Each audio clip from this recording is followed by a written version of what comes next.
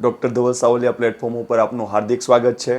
ભણતર સિરીઝ આપણે ચલાવીએ છીએ ત્યારે મેં તમને કીધું હતું કે ખનિજના આપણે 3 લેક્ચર બનાવીશું. આ ત્રીજો લેક્ચર છે. આમાં આપણે ગુજરાતના ખનિજો વિશે ભણવા જઈ રહ્યા છીએ. આ 3 લેક્ચર આજે અપલોડ થઈ જશે એટલે સમજી લો કે ખનિજ બાબતે મેં ટોટલ વસ્તુ તમારી સામે રજૂ કરી દીધી છે. અવારનવાર તલાટી હોય, પીએસઆઈ હોય, ક્લાસ 3 હોય કે ક્લાસ 1-2ની એક્ઝામ હોય, ખનિજ સંસાધન મોસ્ટ ઇમ્પોર્ટન્ટ ટોપિક હોય, ભૂગોળ જો પૂછવું હોય તો આના રિલેટેડ સવાલ હોય અને આના રિલેટેડ સવાલ ઘણા વિદ્યાર્થીને અઘરા પણ લાગતા હોય છે. તો યાદ રાખજો, હું એમ નથી કહેતો કે હું ભણાવીશ એમાંથી જ આવશે. હું એમ કહું છું કે આપણે એટલું ડિટેલમાં ભણી લીધું હશે કે કદાચ કોઈ ગુજરાતનો વિદ્યાર્થી એમ કહે કે સાહેબ મને આવડ્યું હતું, તો તમે એમાં હશો જ કે સાહેબ મને આવડ્યું હતું. ક્લિયર? તો આપણે એ વસ્તુથી, બાકી એવી કોઈ ગેરંટી નહીં કે આટલું ભણ્યું તો આમાંથી પૂછાશે જ નહીં. પણ હા, એટલું વિશ્વાસ રાખજો કે આપણે વિદ્યાના ભણવા માટે ટૂંકો રસ્તો અપનાવ્યો નથી. આપણે વિદ્યા ભણવા માટે જેટલું પણ અંદર સરસ સરસ માહિતી હોય, જેટલી આપણે ઉપયોગી હોય, જેટલા સરસ ગવર્મેન્ટના સ્ત્રોત હોય, ત્યાંથી આપણે વસ્તુ ઉચકી છે અને એ વસ્તુનો આપણે લેક્ચર બનાવ્યો છે. તો 100% તમને ઉપયોગી બનશે જ. જો તમને ઉપયોગી બનતું હોય તો તમારા મિત્રને અચૂક તમે આ વસ્તુની શેર કરજો, જેથી કરીને આપણી મુહિમમાં વધુને વધુ વિદ્યાર્થી મિત્ર આપણી સાથે જોડાય અને આપણે આ વસ્તુને આગળ વધારી શકીએ. ઓકે, આજનો જે ટોપિક છે ખનિજ સંસાધન ભાગ 3, એટલે કમ્પ્લીટ ખનિજને પેક કરીને આપણે મૂકી દઈશું. એમાં આપણે આજે લેવાના છે ગુજરાતના ખનિજો. એટલું ક્લિયર? ઓકે, આગળ વધીએ. તો ગુજરાતના ખનિજો માટે આપણે કેટલી વસ્તુ કરવી જોઈએ કે ભાઈ ગુજરાતના ખનિજો માટે આપણે કેટલી વસ્તુ કરવી જોઈએ? તો જો ગુજરાતના ખનિજ માટે પહેલાં તો આપણે એટલી વસ્તુ યાદ રાખવી જોઈએ કે ગુજરાતમાં ધાતુમય ખનિજ ઓછા મળે છે. કેવા મળે છે? ઓછા મળે છે. એટલે ધાતુમય ખનિજ આપણે ત્યાં ગુજરાતમાં ઓછા મળે છે. એટલે લોખંડ, તાંબુ, પછી શું કહેવાય, બોક્સાઇટ ને એવું બધું મળે, પણ કંઈક ઓછા પ્રમાણમાં અથવા તો નહીં મળતું હોય. તો ધાતુમય ખનિજ ગુજરાતમાં કેવા મળે છે? ઓછા મળે છે. એટલે આપણે સ્ટેટમેન્ટવાળા જે સવાલ પૂછે છે એમાં પહેલું સ્ટેટમેન્ટ યાદ રાખજો, ગુજરાતમાં ધાતુમય ખનિજ કરતાં અધાતુમય ખનિજ વધુ મળે છે. આ પહેલું સ્ટેટમેન્ટ, આ આવડવું જ જોઈએ. બીજું સ્ટેટમેન્ટ, ગુજરાતમાં 430 કરતાં વધુ ખાણો આવેલી છે. અત્યારમાં તો 500-600 જેવી થઈ ગઈ હશે, પણ મંજુલાબેન જે ગુજરાતીની ભૂગોળ છે, સરકારી બુક છે, એ ઓથેન્ટિક બુક ગણાય છે ગુજરાતની ભૂગોળ માટે. તો હજુ એમાં જૂનું પ્રિન્ટિંગ પ્રમાણે જ આવે છે કે 430 પ્લસ ખાણો. તો એટલું યાદ રાખજો કે ગુજરાતમાં આશરે ખાણો કેટલી છે? 430 પ્લસ ખાણો. ખાણોની સંખ્યાની દ્રષ્ટિએ ભારતમાં આંધ્રપ્રદેશ પ્રથમ છે, એના પછી આવે છે ગુજરાત. જો અહીંયા કાન ખોલીને સાંભળજો, હું ખાણોની સંખ્યાની દ્રષ્ટિએ કહું છું, એમ નહીં કહેતો કે ખનિજોની ઉત્પાદનની દ્રષ્ટિએ. ખનિજોના ઉત્પાદનની દ્રષ્ટિએ આપણે 6થા નંબરની આસપાસ આપણે આવીએ છીએ અને દર વખતે ડેટા બદલાતો હોય છે, એટલે ડેટા પર તમારે થોડું કરંટ ઉપર અપડેટ રહેવાનું. પણ એટલું યાદ રાખજો કે સરકારી બુકમાં જે માહિતી આપી છે અત્યારમાં મેં આ રજૂ કરી, પછી એમાં કોઈ પણ અપડેટ આવે તો થોડું ધ્યાનમાં લોજો. ખાણો 1, 2, 3, પણ અમુક જગ્યાએ અમુક લોકો પાસે 2 જ ખાણો હોય અને આપણી પાસે ધારો કે 3 ખાણો હોય, તો આપણે ખાણોની સંખ્યાની દ્રષ્ટિએ આગળ છીએ. હવે આ ખાણમાંથી હું 10 કિલો કાઢું, આમાંથી 10 કિલો કાઢું, આમાંથી 10 કિલો કાઢું, તો હું ખનિજનું ઉત્પાદન 30 કિલો જેટલું કરું છું.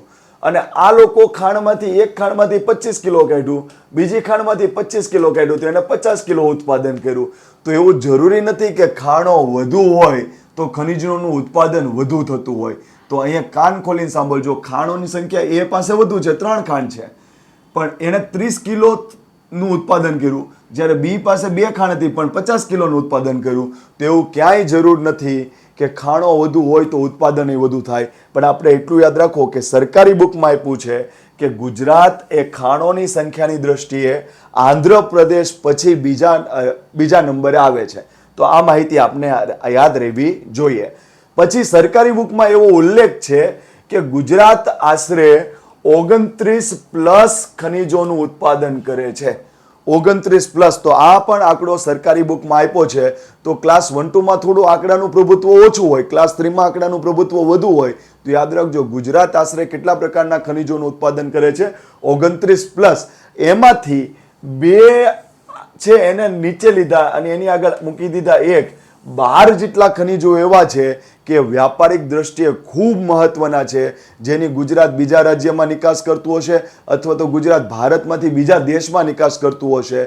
તો એટલી ઇમ્પોર્ટન્ટ વાળા એવા આપણે કુલ કેટલા ખનીજો ઉત્પન્ન કરીએ છીએ? 12. એટલે કેવા?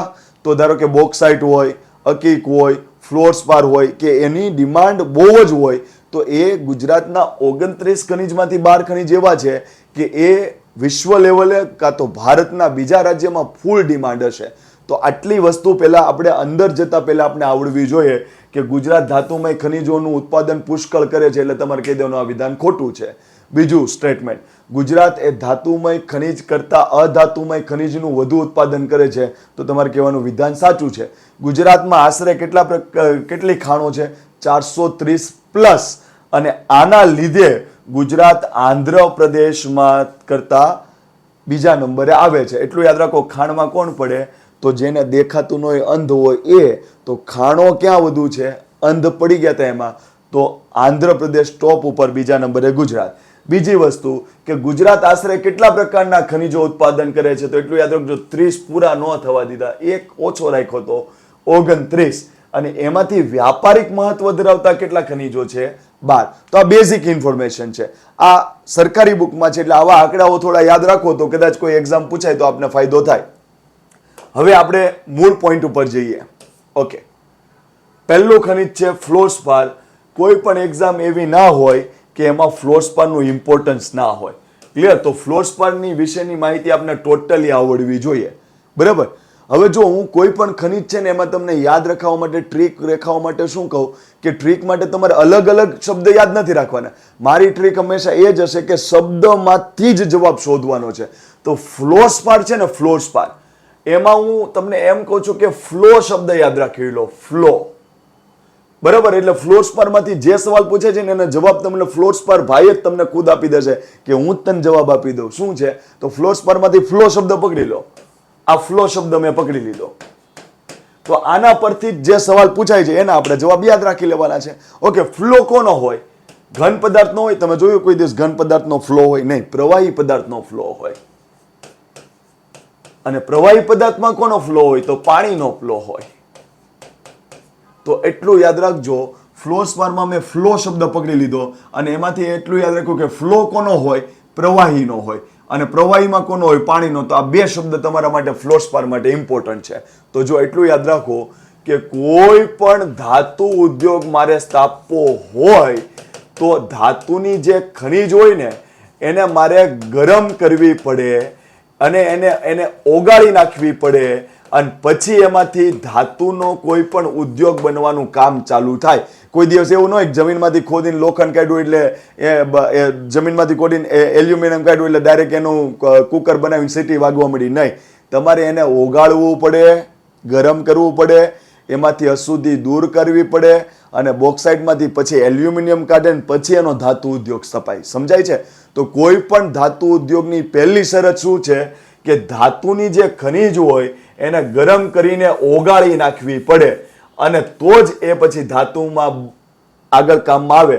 તો ગરમ કરીને ઓગાળવાની સ્થિતિને કહેવાય ગાળણ અને ઇંગ્લિશમાં કહેવાય ફ્લક્સ. ક્લિયર? તો આના માટે ફ્લોરસ્પાર વગર તમે એક ડગલું આગળ વધી શકો નહીં, કારણ કે ફ્લોરસ્પારનો મિનિંગ જ થાય છે કે કોઈ પણ પદાર્થને ગરમ કરીને પીગાળીને પ્રવાહી કરવી દેવો હોય તો ફ્લોરસ્પાર જોઈએ ને જોઈએ જ. મારે એલ્યુમિનિયમનો ઉદ્યોગ નાખવો હોય ને તો એલ્યુમિનિયમની કાચી ધાતુ જમીનમાંથી આપણને બોક્સાઇટ સ્વરૂપે મળે. કોઈ દિવસ જમીનમાં બેઠે બેઠું એલ્યુમિનિયમ મળે નહીં, જમીન ખોદતા આપણને મળે બોક્સાઇટ. પછી મારે એને ગરમ કરીને પીગાળવું હોય તો એમાં ફ્લોરસ્પાર એડ કરવું પડે અને પછી એને ગરમ કરવું એટલે બોક્સાઇટ આખું પીગળી જશે અને એમાંથી પછી એલ્યુમિનિયમ છૂટી પડશે ને એમાંથી એલ્યુમિનિયમનો ધાતુ ઉદ્યોગ સ્થપાશે. તો ફ્લોરસ્પારનું કામ શું છે? કારણ કે ફ્લોરસ્પાર એ લેટિન વર્ડ ફ્લુરા ઉપરથી બન્યું છે. એક લેટિન વર્ડ છે, એનો અર્થ થાય ફ્લુરા અને એનો મિનિંગ થાય ઓગાળીને પ્રવાહી કરી દેવું. કોઈ પણ વસ્તુને ગરમ કરીને ઓગાળીને પ્રવાહી કરવી હોય તો ફ્લોર સ્પાર થાય. એટલા માટે મેં તમને કીધું હતું ફ્લો એટલે શું? પ્રવાહી. એટલે એટલું યાદ રાખવાનું કે કોઈ પણ ધાતુને ગરમ કરીને ઓગાળીને પ્રવાહી કરવી હોય તો ફ્લોર સ્પાર જોઈએ જ. તો એના પરથી યાદ રાખજો ફ્લોર સ્પાર ક્યાં ક્યાં ઉપયોગમાં લેવાય? તો ધાતુ ઉદ્યોગમાં ઉપયોગમાં લેવાય અને અણુ ખનિજોનું ગાળણ કરવા માટે. ઓકે, મેં તમને આની પહેલાના તમે જૂના લેક્ચર જેને ન જોયું એ મિત્રને એમ કહું છું કે તમે જોવાની કોશિશ કરજો. એમાં મેં એમ ભણાવ્યું છે કે યુરેનિયમ ને થોરિયમ આખા ગામને ખબર છે કે રેડિયો એક્ટિવ તત્વ છે, પરમાણુ બોમ્બ બનાવવામાં કામ આવે, પછી ન્યુક્લિયર પાવર પેદા કરવા માટે કામમાં આવે. પણ ઘણા વિદ્યાર્થીને એ નથી ખબર હોતી કે યુરેનિયમ અને થોરિયમ બંને ધાતુ છે. ક્લિયર? તો એ ધાતુ જમીનમાંથી આપણે જે સ્વરૂપે કાઢીએ તો એમનેમ કામમાં આવે નહીં. એને તમારે ગરમ કરીને એમાંથી અશુદ્ધિ દૂર કાઢવી પડે, પ્રવાહી જેવા ભાગમાં કન્વર્ટ કરવું પડે. તો અણુ ખનિજોનું ગાળણ કરવું હોય, અશુદ્ધિ દૂર કરવી હોય તો પણ શું વપરાય? ફ્લોસ્પાર. આટલું ક્લિયર? ઓકે, બીજી વસ્તુ આમાંથી આપણે શું કરવાની છે તો ધ્યાનથી જોજો. ફ્લોસ્પાર છે ને એમાં ફ્લો શબ્દ છે ને એટલો એ ઇઝી પણ નથી, કારણ કે ફ્લોની જેમ વહેતો નથી. કેમ? કારણ કે પેલા માત્ર ને માત્ર દુનિયામાં ગ્રીનલેન્ડ સિવાય બીજે ક્યાંયથી મળતો નહોતો. એટલે ફ્લોમાં આપણે એમ કહીએ કે ફ્લોમાં જવા દો, એટલો ઇઝી ફ્લોસ્પાર નથી. કારણ કે દુનિયામાં માત્ર ને માત્ર પેલા ક્યાં મળતો હતો? ગ્રીનલેન્ડ સિવાય બીજે ક્યાંય મળતો નહોતો. એટલે દુનિયામાં જે પણ લોકોને ધાતુ ઉદ્યોગ સ્થાપવો હોય એટલે ખનીજો લાવવી પડે. હવે ખનીજો ને પછી ફ્લોસ્પાર ન હોય તો પછી મંજીરા વગાડવાના, બીજું કાંઈ નહીં થાય. કારણ કે એને મારે ઓગાળવું જ કરવું ને, ગરમ કરીને ઓગાળીને પ્રવાહી તો કરવું ને, તો એના વગર ધાતુ ઉદ્યોગ ના ચાલે. એટલે આખી દુનિયાને ગ્રીનલેન્ડ ઉપર આધાર રાખવો પડે, કારણ કે એ ફ્લોસ્પાર આપે તો બોક્સાઇટ પર ગરમ કરવાનું, પછી એને પ્રવાહી બનાવવાનું, પછી એલ્યુમિનિયમ છૂટો પડે ને પછી ઉદ્યોગ સ્થપાય. તો આખી દુનિયામાં માત્ર ને માત્ર ફ્લોસ્પાર પહેલા ક્યાં મળતો હતો? ગ્રીનલેન્ડમાં. અને પછી દુનિયામાં ક્યાંથી મળવા માંડ્યો? તો એટલું યાદ રાખજો, ગુજરાતમાં. તો તમને એટલી ખબર હોય ને કે ગુજરાત પહેલા ક્યાં મળતો હતો? તો ગુજરાતનો તો એવો જ એક દેશ છે ગ્રીનલેન્ડ, ત્યાંથી મળતો હતો. સરકારી બુકમાં ક્લિયર કટ આપ્યું છે. એટલે એમ પૂછશે કે ગુજરાત પહેલા ફ્લોસ્પાર માત્ર ને માત્ર દુનિયામાં કયા દેશમાંથી પ્રાપ્ત થતો હતો? તો તમારે કહેવાનું ગ્રીનલેન્ડ. હવે ક્યાંથી પ્રાપ્ત થાય છે? ગુજરાતમાં. એટલા માટે ફ્લોસ્પારને ગુજરાતનું સૌથી મહત્વનું ઔદ્યોગિક ખનિજ ગણવામાં આવે છે. શું કામ ભાઈ ઔદ્યોગિક ખનિજ ગણવામાં આવ્યું? કોઈ પણ ધાતુ ઉદ્યોગ સ્થાપવો હોય, તમારે કોઈ પણ ધાતુ ઉદ્યોગ, લોખંડ, એલ્યુમિનિયમ વગેરે વગેરે, તો ફ્લોસ્પાર જોઈએ. અણુ ખનિજનો કોઈ પણ તમારે કામ કરવું હોય તોય તમારે ફ્લોસ્પાર જોઈએ, કારણ કે એનું કામ જ છે કોઈ પણ વસ્તુને ગરમ કરીને પ્રવાહી કરીને ઓગાળીને અશુદ્ધિ દૂર કરવાની. તો ગાળણ તરીકે વપરાય છે. તો આને શું કામ ઔદ્યોગિક ગુજરાતનું સૌથી મહત્વનું ખનિજ ગણાય છે? કારણ કે જ્યારે દુનિયા આખી ગ્રીનલેન્ડ ઉપર આધાર રાખતી હતી, પછી ગુજરાતે કીધું કે અમારી પાસેથી ફ્લોસ્પાર મળવાનું છે. એટલા માટે આણે આપણા ગુજરાતનો ઔદ્યોગિક વિકાસ સારામાં સારો કરી દીધો. કેમ? તમને હમણાં જ ખબર પડશે. તો ગુજરાતમાં ક્યાંથી મળે સાહેબ? તો ગુજરાતમાં એટલું યાદ રાખો કે આપણું છોટું છે ને, છોટું એ કૂદવા માંડ્યો કે આખી દુનિયા ભલે મોટી મોટી વાતો કરે, હું છોટું એમ કહી દઉં છું કે મારી પાસેથી ફ્લોસ્પાર મળે છે. તો છોટા ઉદયપુર જિલ્લામાંથી ફ્લોસ્પાર ક્યાંથી મળે છે? તો એટલું યાદ રાખજો, આંબા ડુંગર. આંબા ડુંગર. હવે ડુંગર શબ્દ પાછળ આવ્યો, એને ખેંચી લ્યો. ડુંગર ગામ. હવે ગામ શબ્દ પાછો આવ્યો, એને ખેંચવાનું નથી, નોથી ખેંચવાનું. નો તી ટેકરી.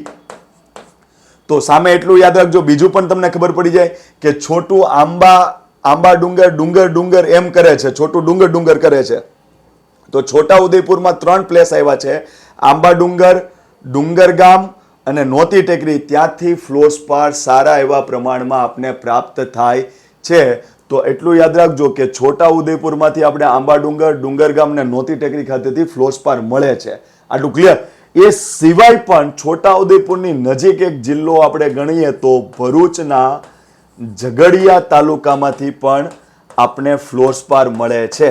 આટલું ક્લિયર? તો ખાસ યાદ રાખજો કે દુનિયામાં પહેલા ક્યાં મળતો હતો? ગ્રીનલેન્ડ. પછી દુનિયામાં ક્યાંથી મળ્યો? ગુજરાત. ગુજરાતમાં કયા કયા જિલ્લામાંથી? તો છોટું અને ભરૂચ. છોટા ઉદેપુરમાં કયા કયા પ્લેસ? તો આંબા ડુંગર. ડુંગર પરથી ખેંચો ડુંગર ગામ, પછી નોતી ટેકરી, અને ભરૂચમાં ક્યાંથી તો ઝઘડિયા તાલુકા. એટલું ક્લિયર? ઓકે. હવે જો તમે એમ કહેતા હોય ને કે સાહેબ ગુજરાતમાં મળે છે, તો એટલું યાદ રાખો ને સાહેબ, આ ગુજરાત છે એની અહીંયા રાજસ્થાન હોય અને અહીંયા મધ્યપ્રદેશ હોય, તો થોડી દયા રાજસ્થાન ને મધ્યપ્રદેશમાં ખાવ ને સાહેબ, તો થોડા પ્રમાણમાં રાજસ્થાન અને મધ્યપ્રદેશમાંથી પણ પ્રાપ્ત થાય છે. પણ એશિયામાં સૌથી વધુ ફ્લોરસ્પાનનું ઉત્પાદન કરતું રાજ્ય કયું? ગુજરાત. નથી ભારત બોલતો નથી, આખા એશિયામાં સૌથી વધુ ઉત્પન્ન કરનારું રાજ્ય છે ગુજરાત. એટલું ક્લિયર? હવે તમને એમ થાય કે સાહેબ આ તમે પ્રવાહી કીધું હતું, તમે સ્વીકારી લીધું કે ભાઈ એ કોઈ પણ ધાતુને ઓગાળીને પ્રવાહી કરી નાખે, એટલે ગાળન કરી નાખે. પણ આ પાણી શબ્દ શું અમારે યાદ રાખવાનું છે? તો અહીંયા ક્લાસ 3 માં એક શબ્દ પૂછાય છે, કડી પાણી. આ પાણી કેવી રીતના યાદ રાખવાનું? તો કડી પાણી. જો કડી કહો ને કડી, બરાબર, તો એ આપણું મહેસાણાનું કડી થઈ જાય. પણ કડી પાણી કયો ને, કડી પાણી, બરાબર, તો છોટા ઉદયપુરમાં આંબા ડુંગરની નજીકમાં પ્લેસ આવ્યું છે કડી પાણી. ત્યાં આગળ ફ્લોરસ્પાર પોતાનું શુદ્ધિકરણ થાય છે. તો આ સવાલ બહુ વખત પૂછાઈ ગયો છે કે ફ્લોરસ્પારનું શુદ્ધિકરણ પ્લાન્ટ ક્યાં આવેલો છે? તો એટલું યાદ રાખવાનું, ફ્લો એટલે પાણીનો હોય, પણ આગળ શબ્દ આવશે કડી પાણી. તો કડી પાણી ખાતે ફ્લોરસ્પારનું શુદ્ધિકરણ પ્લાન્ટ આવ્યો છે. પણ ભૂલ કરતા નહીં, કડી હોય એટલે મહેસાણા જિલ્લો, પણ કડી પાણી હોય તો છોટા ઉદયપુરના આંબા ડુંગરની બાજુનો પ્રદેશ. ફ્લોરસ્પારનું એટલું તમે કરો. હજુ તમને કદાચ એમ થતું હોય કે સાહેબ અમારે બીજું એક તમે જરીક કહી દો ને, તો આપણી સરકારી બુકમાં આપ્યું છે ફ્લોરસ્પારનું રાસાયણિક સૂત્ર CaF2, જેનું ફ્લોરસ્પારનું બીજું નામ છે, ફ્લો આગળ જ રહેશે પણ પાછળ રાઈટ શબ્દ લાગી જશે, ફ્લોરાઇટ. તો ફ્લોરસ્પાર એને જ ફ્લોરાઇટ કહેવાય એવું સરકારી બુકમાં મેન્શન કરેલું છે. તો એટલી વસ્તુ ફ્લોરસ્પારની કરજો. 100% આવનારી એક્ઝામના તમને અહીંથી કંઈક સવાલ તમને દેખાશે. તો એટલું યાદ રાખજો, ફ્લોરસ્પાર ક્યાંથી મળે? તો પેલા ગ્રીનલેન્ડમાં મળતું હતું, હવે ગુજરાતમાં મળે છે. શું ભારતમાં માત્ર ગુજરાતમાં જ મળે છે? નહીં, હવે થોડું થોડું ક્યાંથી મળે છે? રાજસ્થાન ને મધ્યપ્રદેશ. પણ પહેલા નંબરે કોણ? ગુજરાત. આખા ભારતમાં નહીં સાહેબ, આખા એશિયામાં. ગુજરાતમાંથી ક્યાં મળે? તો છોટું કહેતો હતો કે મારી પાસેથી મળે છે, ભલે દુનિયા જે કહેતી હોય. તો છોટું શું કરે? ડુંગર, આંબા ડુંગર, ડુંગર ગામ, નોતી ટેકરી, છોટાઉદેપુર જિલ્લામાં, અને ભરૂચમાં ઝઘડિયા તાલુકામાં. તો એટલી વસ્તુ આપણે ફ્લોરસ્પાર ખનીજ વિશે ખબર હોવી જોઈએ, એટલે એક્ઝામમાં આમથી આમ નહીં થાય. ઓકે, હવે જો આગળ જઈએ. અકીક શબ્દમાંથી જ દર વખતે હું જવાબ શોધું છું. તો અકીકમાં પણ શબ્દમાંથી જ જવાબ શોધવાનો છે. અકીકમાં એક શબ્દ તમને દેખાવો જોઈએ, એક શબ્દ તમને અકીકમાં દેખાવો જોઈએ, એક. તો એટલું યાદ રાખો કે લગભગ એકમાત્ર ગુજરાતમાં જ જોવા મળે છે. ભારતમાં લગભગ એકમાત્ર ગુજરાતમાં જ જોવા મળે છે. એટલે અકીકમાં શું કીધું? અકીક એક. ક્યાં એક? તો ગુજરાતમાં. તો ભારતમાં સૌથી વધુ અકીકનું ઉત્પાદન કરતું રાજ્ય કયું? ગુજરાત. ગુજરાત એકમાત્ર લગભગ પછી ક્યાંક નીકળતું હોય તેમ કહ્યું સાહેબ અહીંયા નીકળતું તમે વાંચ્યું હતું એટલે શું બોલો છો? આપણી જે સરકારી બુક GCRT છે કે મંજુલાબેનની યુનિવર્સિટી ગ્રંથ નિર્માણ બોર્ડની ગુજરાતની ભૂગોળની બુક છે, એમાં ક્લિયર કટ લખ્યું છે લગભગ એક જ એવું રાજ્ય ગુજરાત છે કે જ્યાંથી ભારતમાં કોઈ પણ સ્થળ હોય કે ત્યાંથી અકીક મળતું હોય. તો એકમાત્ર ગુજરાત. એ અકીક ઉપરથી એક શબ્દ શોધી લીધો. પછી અકીક છે શું સાહેબ? તો જોજો, ધ્યાનથી જોજો. આ આપણું ગુજરાત છે.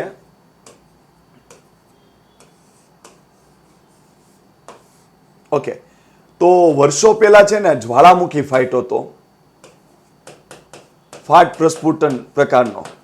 અને જ્વાળામુખી ફાટ્યો ને એટલે એનો લાવા પડ્યો બધી અહીંયા.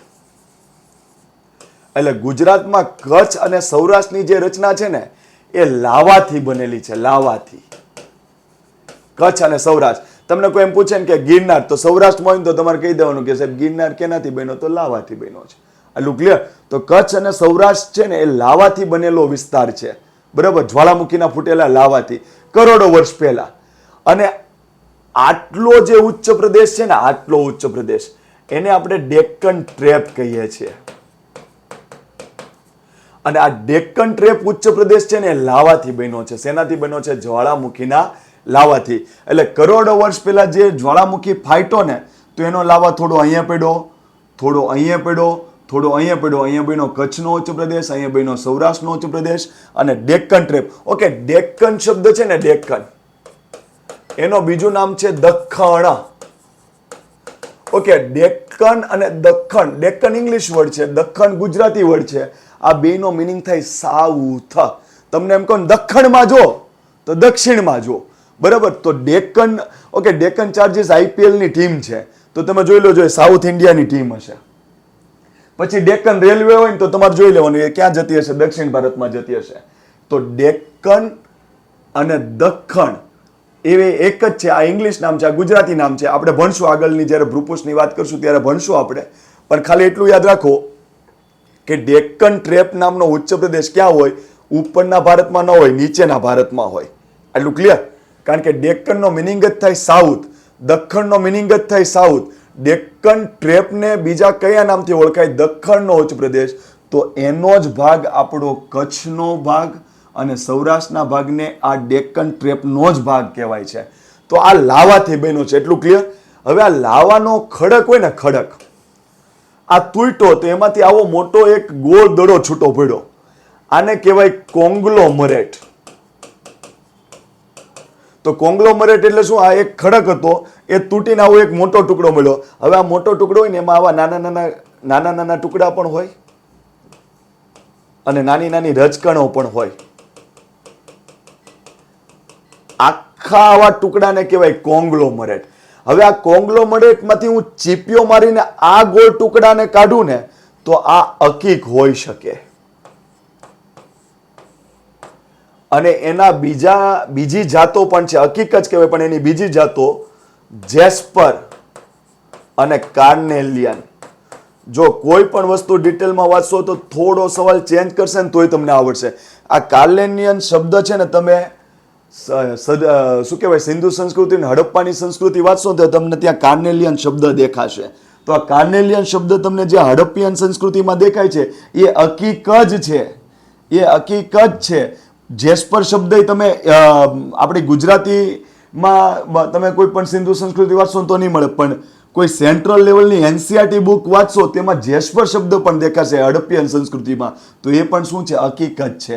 તો અકીક કહો, જેસ્પર કહો કે કાર્નેલિયન કહો, એક જ મિનિંગ છે કે એ પથ્થર છે. કેવા પથ્થર છે? તો જે પણ ખડક લાવાથી બન્યો છે એમાંથી તૂટે એટલે આવો દડો બને, એમાં કોંગ્લોમરેટ્સ કહેવાય. એમાં નાની રચકણ પણ હોય, પણ એમાં જે આ પથ્થર જેવો ભાગ છે એને કાઢો, એને કહેવાય અકીક અથવા જેસ્પર અથવા કાર્નેલિયન. એક જ જાત કહેવાય. તો અકીક છે શું સાહેબ? પથ્થર. ક્યાંથી નીકળે? લાવાના ખડકોમાંથી. લાવાના ખડકો ક્યાં છે? તો આખો આ દખ્ખણનો ઉચ્ચ પ્રદેશ, કચ્છનો ઉચ્ચ પ્રદેશ ને સૌરાષ્ટ્રનો ઉચ્ચ પ્રદેશ, એટલે આખાને આપણે ડેક્કન ટ્રેપ કહીએ. આ જ્વાળામુખીથી બન્યું એમાંથી નીકળે છે. તો એમ કહેવાય ક્યાંથી નીકળે? ડેક્કન ટ્રેપના ખડકોમાંથી. ઓકે, આ પથ્થર કેવો છે? તો આ પથ્થર આભૂષણમાં વપરાય એવો છે. કેમાં વપરાય એવો છે? આભૂષણમાં. એટલે આ પથ્થર તમે આમાંથી નીકળીને આમ ટીચવાન નથી. આમાંથી એટલો લીસો પથ્થર હોય, ચમકદાર પથ્થર હોય કે એના તમે આભૂષણ અથવા તો એમિટેશનની જે જ્વેલરી હોય એ બનાવવામાં તમે ઉપયોગમાં લો છો. તો અકીક એ શું છે? પથ્થર છે પણ લીસો ચમકદાર હોય, એટલા માટે એનામાંથી નમૂનાદાર વસ્તુઓ અથવા તો આભૂષણો બનાવવા માટે ઉપયોગમાં લેવાય છે. હવે તમને એમ થાય કે સાહેબ એ મળે છે ક્યાંથી? તો એ મળે છે અહીંથી. જોઈ લો. ઓકે, અકીકમાંથી શું બને? પથ્થર છે પણ કેવો? ટીચવાવાળો નહીં, કિંમતી પથ્થર છે, એટલે કે લીસો ચમકદાર, એટલે આભૂષણો બનાવવા થાય છે. હવે બહુ બધા આભૂષણો પહેરીને કોઈ નીકળે એટલે આપણે કહીએ હવે ભપકો રહેવા દે ને, ખીચામાં 10 રૂપિયાની, એવું આપણે કહીએ ને. તો અહીંયા આભૂષણ ઉપરથી એક શબ્દ શું આપણે મૂક્યો કે હકીકતમાંથી શું બને? આભૂષણો. તો આભૂષણો પહેરીને કોઈ નીકળે એટલે તમે શું કીધું? હવે ભપકો રહેવા દે ને ભાઈ તારો. તો અકીક આભૂષણ બને અને એમાંથી આપણે કોઈ પહેરી નીકળે એટલે આપણે શું કીધું? તારો ભપકો રહેવા દે ભાઈ, મને ખબર જ છે તું શું છો. તો ભ ઉપરથી યાદ રાખજો ભરૂચ, ભ ઉપરથી યાદ રાખજો ભાવનગર અને ક ઉપરથી યાદ રાખજો કચ્છ. તો ગુજરાતમાં હકીક ક્યાંથી મળે છે? ભરૂચ, ભાવનગર, કચ્છ. તો જોઈ લો, ભાવનગર સૌરાષ્ટ્રમાં આવે, બરાબર, પછી ભરૂચ અહીંયા આવશે, કચ્છ અહીંયા આવશે. તો આ બધું જ્વાળામુખીનો પટ્ટો છે, આ બધું લાવાથી બન્યું છે, આ બધું ડેક્કન ટ્રેપનો ભાગ છે. એટલા માટે ત્યાંથી આપને હકીક પ્રાપ્ત થાય છે, ભરૂચ, ભાવનગર અને કચ્છ. આટલું ક્લિયર? ઓકે. કચ્છમાં ક્યાંથી મળે છે? તો કચ્છમાં એટલું યાદ રાખજો, તમને યાદ રહેતું હોય તો, રાપર અને અંજાર. આભૂષણો પહેર્યા તો અંજાઈ ગયા, હકીક પહેર્યું તો અંજાઈ ગયા. તો કચ્છમાં રાપર અને અંજાર ખાતેથી હકીકની ખાણો આવેલી છે. ભરૂચમાં ક્યાંથી મળે? બરાબર, તો ભરૂચમાં એટલું યાદ રાખજો, ઝઘડિયા તાલુકો. એનો મતલબ એમ કે ઝઘડિયા તાલુકો ભરૂચનો છે ને એ ધી બેસ્ટ છે. શું કામ ધી બેસ્ટ છે? કારણ કે એમ યાદ રાખો કે ભરૂચના ઝઘડિયા તાલુકામાંથી થોડું આગળ માઇન્ડમાં ભૂલા પ્રકૃતિ ન હોય તો ખબર હશે કે ફ્લોરસ્પાર એ ગુજરાતમાં ટોપ જબરદસ્ત ઉપયોગી છે. હકીકત ગુજરાત ટોપ ઉપર છે. કેમ? કારણ કે આખા એશિયામાં કહું કે ભારતમાં કહું તો ફ્લોરસ્પાર અને હકીકના ઉત્પાદનમાં ગુજરાત આખા ભારતમાં પ્રથમ છે અને ફ્લોરસ્પારમાં પ્રથમ છે. બરાબર, તો આ બે ઇમ્પોર્ટન્ટ છે. એ બે ભરૂચના ઝઘડિયા તાલુકામાંથી મળે છે. હકીકે મળે છે અને ફ્લોરસ્પારે મળે છે. એટલે આ ભૂલતા નહીં, ઝઘડિયા તાલુકો ભરૂચ જિલ્લામાંથી ફ્લોરસ્પારે મળે છે અને હકીકે મળે છે. ભાવનગરમાં એટલું યાદ રાખજો, બે પ્લેસ યાદ રહેતા હોય તો યાદ રાખજો, છાયાવાળો પ્રદેશ થાય ને તો આપણે બાડા થઈ ગયા, આપણે કશું દેખાશે નહીં. છાયાવાળા પ્રદેશમાં આપણે બાડા થઈ ગયા, કે આપણે કશું અંધ જેવું કશું દેખાશે નહીં. તો છાયા અને બાડી વિસ્તાર ભાવનગર જિલ્લામાં આવેલા છે, જ્યાંથી આપને હકીક પ્રાપ્ત થાય છે. હવે એક લાસ્ટ સવાલ, એટલે તમારે હકીકમાંથી જ્યાંથી સવાલ પૂછવો હોય ત્યાંથી પૂછી લે. એક લાસ્ટ સવાલ કે હકીકમાંથી આ બધું મળે છે સાહેબ, અમને યાદ રહી ગયું કે હકીકમાંથી આભૂષણ બને અને આભૂષણ પહેરીને ભપકો નથી કરવાનો, ભરૂચ, ભાવનગર, કચ્છ. પણ હકીકનું શુદ્ધિકરણ ક્યાં થાય છે? તો હકીકમાંથી આભૂષણો બનાવો અથવા તો શુદ્ધિકરણ માટે જે પણ પ્રક્રિયા કરવામાં આવે છે એ જામનગર ખાતે અને ખંભાત ખાતે કરવામાં આવે છે. આટલું ક્લિયર? તો ખાસ યાદ રાખજો, હકીક માટે તમે આમ સમજો ને તો અહીંયા ખંભાતનો અખાત છે, બરાબર, તો અહીંયા આગળ હકીકનું શુદ્ધિકરણ કરવા માટે જાય છે અને અહીંયા જામનગર. એટલે એટલું યાદ રાખજો, બે દરિયા કિનારે પ્લેસ છે, એટલે ત્યાંથી પછી આપણે નિકાસ કરી દઈશું. જવા દો, દેશ વિદેશમાં જ્યાં વેચવું હોય ત્યાં જવા દો. તો ખંભાત અને જામનગર ખાતે હકીકના શુદ્ધિકરણ પ્લાન્ટ આવેલા છે. તો એટલી વસ્તુ આપણે હકીકમાંથી યાદ રહેવી જોઈએ. શું શું યાદ રહેવી જોઈએ? હકીક શું છે? પથ્થર. કેવો પથ્થર છે? ચળકદાર છે અને આભૂષણો અને નમૂનાદાર વસ્તુઓ બનાવવા માટે કામમાં આવે એવો છે. તો ક્યાંથી મળ્યો? ભરૂચ, ભાવનગર, કચ્છમાંથી. પછી તમને અંદર યાદ રહેતું હોય તો યાદ રાખજો, ભરૂચના ઝઘડિયામાંથી, ભાવનગરમાં એટલું યાદ રાખજો, છાયાવાળો પ્રદેશમાં બાડા થઈ ગયા હતા, છાયા અને બાડી પ્રદેશ. અને કચ્છમાં યાદ રાખજો, રાપર અને અંજાર. અને આનું શુદ્ધિકરણ ક્યાં થાય? તો જામનગર ને ખંભાત. અને સાથે સાથે યાદ રાખજો કે આવું કંઈક વાંચવામાં આવે તો હકીકની જાતો છે, અલગ નથી, જાસ્પર અને કાર્લેનિયન. એટલે એટલું આપણું અપ ટુ ડેટ થઈ ગયું. Okay, bauxite.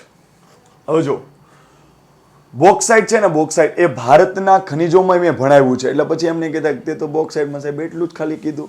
તો આપણે ખનિજના 3 ટોપિક બનાવ્યા છે. તો જે મિત્રોએ ખાલી ગુજરાતના ખનિજ જોતા હોય તો આગળના વિડીયો તમે જોશો તો ધારો કે આનું 11 નંબરનું વિડીયો હશે તો એના પહેલાં તમે 9મા નંબરનો વિડીયો જોશો તો તમે એમાં તમને મળી જ જશે. બરાબર, તો બોક્સાઇટનો શું ઉપયોગ હોય ને એ બધું જ મેં ભણાવી દીધું. હવે આપણે ગુજરાતમાં એની શું માહિતી યાદ રાખવાની છે ને એટલું જ જોવાનું છે, ક્લિયર? એટલે ડબલ ના થાય. એટલે જે મિત્ર ખાલી ગુજરાતના ખનિજથી જોતો હોય તો એમને હું એવી રિક્વેસ્ટ કરું છું કે આગળના 2 ખનિજના ટોપિક પણ જોજો. ઈમાનદારીથી કહું છું, 1 માર્ક આમથી આમ થવા નહીં દઉં, બરાબર? અને પછી તો અઘરું પેપર કાઢે તો ધવલ સાહેબે શું ને દુનિયાએ શું, બધાને શાંતિથી બેસવાનું હોય. ધવલ સાહેબ પેપર દેવા બેસે તો એને શાંતિથી બેસવાનું હોય. કારણ કે આ કોમ્પિટિટિવ એક્ઝામ છે, આમાં એવું નથી કે આ 2 પુઠ્ઠાની વચ્ચેથી પૂછવાનું. એટલે હું એવું ક્યારેય નહીં કહું કે મારા લેક્ચરમાંથી જ બધું આવ્યું, જોયું, હવે પેપર આમાંથી જ આવ્યું, એવું આપણે કરવાનું નથી. કારણ કે એટલું યાદ રાખો કે એક્ઝામિનર આપણા કરતાં હોશિયાર હોય. મેં વિડીયોમાં એમ કહી દીધું કે મારામાંથી જ બધું પૂછાયું, મેં પેપર કાઢ્યું એમાંથી જ બધું આવ્યું, એવું હું કરું. અને એક્ઝામિનરને મગજ જાય અને કોકે એવી માહિતી પહોંચાડી કે આવા એક સાહેબ યુટ્યુબ પ્લેટફોર્મ ઉપર ભણાવે છે ને એમાં આવી વાત કરે છે, એટલે એ એક્ઝામિનર શું કહેશે કે સાહેબના વિડીયો લાવો અહીંયા, એટલે ખનિજના વિડીયો જોઈ લીધા ને પછી એમ નક્કી કરશે કે આમાંથી એક વસ્તુ નથી પૂછવાની, તો બીજા વર્ષે નોય આવે. તો વિદ્યા પર એવું અભિમાન નહીં કરવાનું કે આપણે ભણાવીએ આટલું જ આમાંથી જ બધું આવે, એવું અભિમાન કોઈ દિવસ નહીં કરવાનું. આપણે માત્ર એટલું કહેવાનું કે સાહેબ હું મહેનત કરું છું. સાહેબ આપણે બહુ બધી વસ્તુ બુકોને જોઈને આપણે બનાવ્યું છે લેક્ચર, તો આપણે એટલું ગર્વ કરવાનો કે સાલું કોઈ એમ ગુજરાતમાં એમ કહે કે મને આવડ્યું હતું, તો આપણે એમાં હોવા જોઈએ, બરાબર. બાકી આપણે એલિયન નથી બનવાનું કે આપણે નો જ આવડે એવું કોઈ દિવસ નહીં કરવાનું. ક્લિયર? બધાથી ભૂલ થાય, બધાને નહીં આવડે, એટલે એ બધી વસ્તુમાં આપણે નહીં પડવાનું. ઓકે, હવે જો બોક્સાઇટમાં આપણે શું કરવું છે.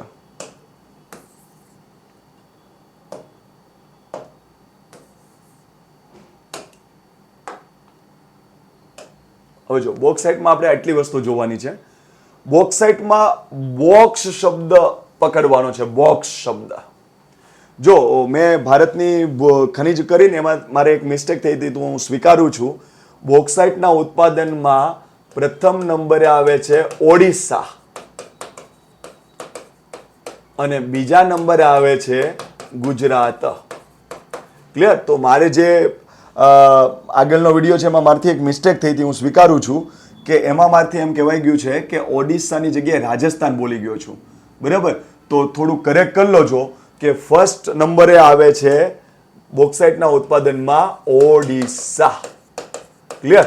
એનો મતલબ એમ કે અહીંયા તમે જોશો દરિયા કિનારે તો અહીંયા ગુજરાત દેખાશે, અને અહીંયા તમે દરિયા કિનારે જોશો તો ઓડિશા દેખાશે. તમે મેપમાં જોઈ લેશો એટલે તમને ખબર પડી જાય. અને આમે ગુજરાત પાસે જ પૈસા છે ઓડી લેવાના, સમૃદ્ધ રાષ્ટ્ર છે. તો આ બોક્સ છે, બરાબર. પહેલા નંબરે આ છે અને બીજા નંબરે આ છે. ક્લિયર? તો મારી મિસ્ટેક થઈ ગઈ હતી બોલવામાં, મને ખ્યાલ હતો, પણ કદાચ ઉતાવળમાં મારે બોલાઈ ગયું છે, તો થોડું કરેક્ટ કરી લોજો. ક્લિયર? મેં કમેન્ટમાં મૂકી દીધું છે છતાં પણ. અને પહેલો બીજો નંબરમાં હું પહેલેથી બોલું છું કે ખનિજમાં પહેલો બીજો ઓકે, કન્સેપ્ટ ચેન્જ ન થવો જોઈએ કે એની ખાણ ક્યાં છે, તો ખાણ જ્યાં હોય ને એ ત્યાં જ રહે, એમાં પછી કોઈ કરંટ ન બને. કંઈ એવું ના હોય કે આ રાજસ્થાનમાં ખાણ હોય પછી ત્યાંથી ઉઠીને બીજા રાજ્યમાં જતી રહી હોય, બરાબર. તો ખાંડને એમાં આમથી આમ ન થવું જોઈએ, બરાબર. તો એમાં ક્લિયર કટ આપણો જે જવાબ હોય એ સાચો પડે. પણ પહેલો બીજો નંબર હોય તો કોઈક ઉત્પાદનમાં ક્યારેક વધી જતું હોય, કોઈક ઘટી જતું હોય, તો એ થોડું તમારે અપડેટ રહેતું રહેવાનું. ક્લિયર? ઓકે, હવે જો ગુજરાતમાં બોક્સાઇટ વિશે આપણે શું કરવાનું છે, તો જો થોડું ગુજરાતનો મેપ જોવો ને એટલે તમને બોક્સાઇટમાં ક્લિયર કટ ખબર પડી જાય. જો કોઈ દિવસ ના ભૂલાય. આ છે ને કચ્છ છે, આ છે દેવભૂમિ દ્વારકા, અને આ છે જામનગર. પછી અહીંયા આવે પોરબંદર અને અહીંયા આવે જુનાગઢ. આવી રીતના ગુજરાતનો મેપ હોય.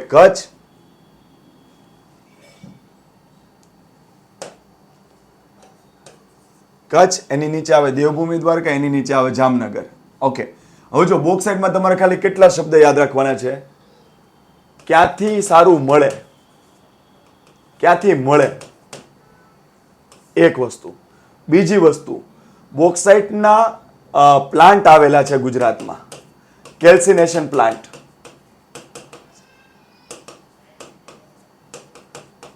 એ ક્યાં આવેલા છે અને એની નિકાસ એક બંદરથી થાય છે, એ કયું બંદર, એ ક્યાંથી થાય, એટલું યાદ રાખીએ એટલે તમારે પછી બોક્સાઇટમાં આમથી આમ નહીં થાય કે બોક્સાઇટ ક્યાંથી મળે છે, એનું પ્લાન્ટ કેલ્સિનેશન પ્લાન્ટ ક્યાં આવેલો છે અને એની નિકાસ ક્યાં થાય છે. એટલું આપણે ગુજરાતના પર્સપેક્ટિવથી ખબર હોવી જોઈએ. તો એટલું યાદ રાખો કે હું તમને આમ કહું છું કે બોક્સાઇટમાં હું તમને આખું બોક્સ શબ્દ પરથી યાદ રખાવું છું, બોક્સ શબ્દ પરથી, બરાબર. તો બોક્સ દોરવાના છે આપણે. તો જો આ કચ્છ, આ દેવભૂમિ દ્વારકા અને આ જામનગર, આ બોક્સ બન્યું. અને અહીંથી બોક્સાઇટ સૌથી સારામાં સારો મળે છે. અહીંથી ગુજરાતમાં બોક્સાઇટ સૌથી સારામાં સારો મળે છે. તો બોક્સાઇટનું ગુજરાતમાં પૂછું ને તો આમ યાદ રાખો કે ગુજરાત અને ઓડિશા વચ્ચે આવો સંબંધ છે બોક્સાઇટમાં કે ઓડિશા પ્રથમ નંબરે અને ગુજરાત બીજા નંબરે બોક્સાઇટના ઉત્પાદનમાં. હવે આગળ વધીએ. ગુજરાતમાં કોણ, તો ગુજરાતમાં બોક્સ મેં આમ મૂકી દીધું, તો જો આમ ફાટ દેખાનું બોક્સ, તો આમ મૂક્યું ને તો કચ્છ, દેવભૂમિ દ્વારકા અને જામનગર જિલ્લો ગુજરાતમાં બોક્સાઇટના ઉત્પાદન કરવામાં શ્રેષ્ઠ નંબરનું સ્થાન ધરાવે છે. આટલું ક્લિયર. હવે શબ્દ શું આવે છે? Calcination plant. એટલે કે બોક્સાઇટ જે છે એમાંથી જુદી જુદી વસ્તુઓ બનાવી કે એના માટેનું એલ્યુમિનિયમનો કોઈ પણ કેલ્સિનેશન પ્લાન્ટ ગુજરાતમાં ક્યાં આવ્યો છે? તો એટલું યાદ રાખવાનું કે બોક્સ છે ને, બોક્સ એમાંથી આમ લાંબી લાઈન કાઢી આવું લંબચોરસ બોક્સ બનાવ્યું. હવે આ લંબચોરસ બોક્સ બનાવ્યું મેં. ઓકે, તો ક્યાંથી આગળ કેલ્સિનેશન પ્લાન્ટ છે? કચ્છમાં છે, દેવભૂમિ દ્વારકામાં છે, પોરબંદરમાં છે. તો ઓકે, ક્યાંથી મળે? તો આમ ચોરસ વાળું બોક્સ, અને એના પ્લાન્ટ ક્યાં છે? તો લંબચોરસ બોક્સ, કચ્છ, દેવભૂમિ દ્વારકા અને પોરબંદર. આટલું ક્લિયર? તો ક્યાંથી મળે છે? સારામાં સારું કચ્છ, દેવભૂમિ દ્વારકા અને જામનગર. બીજા ઘણા જગ્યાએથી મળે છે, પણ આ 3 પ્રોમિનન્ટ. કેલ્સિનેશન પ્લાન્ટ ક્યાં આવ્યો? તો આ ચોરસ બોક્સ થઈ ગયું. હવે લંબચોરસ બોક્સ. કેલ્સિનેશન પ્લાન્ટ ક્યાં આવ્યો? તો ભાઈ કચ્છ, દ્વારકા અને પોરબંદર. નિકાસ ક્યાંથી થાય છે? તો એટલું યાદ રાખવાનું કે આ ત્રણેય ઓફર કરતા હતા ને, તો કચ્છ કે રેવા દે ભાઈ, તુંય રેવા દે, વચ્ચે વાળાને એક્સેપ્ટ કરી લીધું. તો દેવભૂમિ દ્વારકાના દરિયા કિનારે આવેલા બંદરોથી ભારત એલ્યુમિનિયમ દુનિયાના જુદા જુદા દેશોને પહોંચાડે છે. દુનિયાના જુદા જુદા દેશોને પહોંચાડે છે. તો એટલું યાદ રાખજો કે ઉપરથી નહીં, નીચેથી નહીં, વચ્ચે દેવભૂમિ દ્વારકા હતા ને, અહીંથી નિકાસ થાય છે. આટલું ક્લિયર? તો એટલી વસ્તુ આપણે આવડવી જોઈએ. હવે જો હું એક વસ્તુ કહું ને, એ તમને યાદ રહે ને, તો થોડો અઘરો સવાલ, એટલે કે ક્લાસ 3માં સુપર ક્લાસ 3 જાઓ તમે, એટલે કે ડીવાયએસઓ, એસટીઆઈ છે, પછી પીએસઆઈ પણ સુપર ક્લાસ 3 આપણે ગણીએ, તો એમાં એક સવાલ કદાચ પૂછાઈ શકે.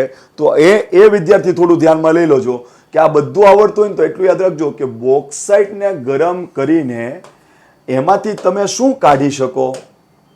તો એમાંથી તમે એલ્યુમિનિયમ કાઢી શકો. આ મેં આગળ ભણાવી દીધું છે વિડીયો લેક્ચરમાં, બરાબર? તો બોક્સાઇટમાંથી એલ્યુમિનિયમ નીકળે.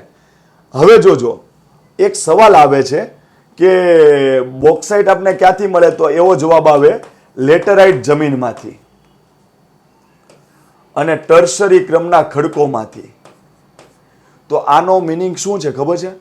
એક હું જમીન આ પડશે ને, આની પછીનો જે વિડીયો આવશે જમીન ઉપર આવશે. જમીનનો ટોપિક હું મૂકવાનો છું. એટલે તમને જે પેલા ક્લાસ પેલામાં આવે ને, કાળી જમીન ને પીળી જમીન ને કઈ વધુ કાપની છે કે પેલી પર્વતાળ છે ને ક્ષારીય જમીન હોય તેમાં શું નાખવાનું, પીએચ વધુ ને પીએચ ઓછું, ઊંઘમાંથી પૂછશે ને તોય તમે જવાબ આપશો. Weight and watch. તો એ આપણે કરવાના જ છે. પણ ત્યારે હું એમ કહીશ કે લેટરાઇટ જમીન હોય ને, એનું બીજું નામ છે પડખાવ જમીન. એટલે પડ ખવાઈ જાય છે, પડ ખવાઈ જાય છે. અને આમ યાદ રાખો કે પડખા ફર કરતો હતો એટલે લાઇટ કરીને ભાઈ, આને શું તકલીફ છે ભાઈ? પેટમાં કઈ વધુ ખવાઈ ગયું છે એટલે શું બોલ્યો? લાઇટ કરીને. આ પડખા કેમ ફરે છે? તો આ બે શબ્દ ભેગા રાખવાના કે પડખા કેમ ફરે છો? લાઇટ કરતો અને કઈ તકલીફ લાગે છે. તો લાઇટ ઉપરથી યાદ રાખજો લેટરાઇટ જમીન, અને પડખા ઉપરથી યાદ રાખજો પડખાવ જમીન.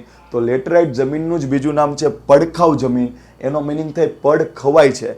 તો જ્યાં વધુ વરસાદ પડતો હોય ને, ત્યાં ઉપરનું જમીનનું લેયર ખવાતું હોય, દૂર થતું હોય, એટલા માટે એને કહેવાય પડખાવ જમીન અથવા લેટરાઇટ જમીન.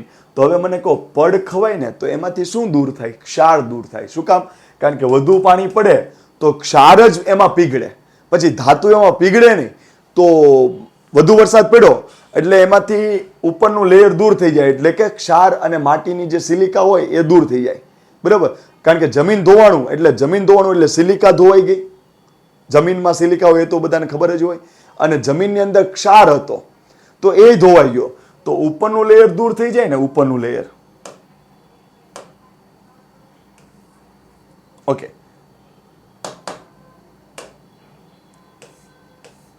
ઉપરનું લેયર દૂર થઈ જાય ને પછી એમાં ઉપર ધાતુ વધે. શું વધે? ધાતુ વધે. લોખંડ અને એલ્યુમિનિયમ.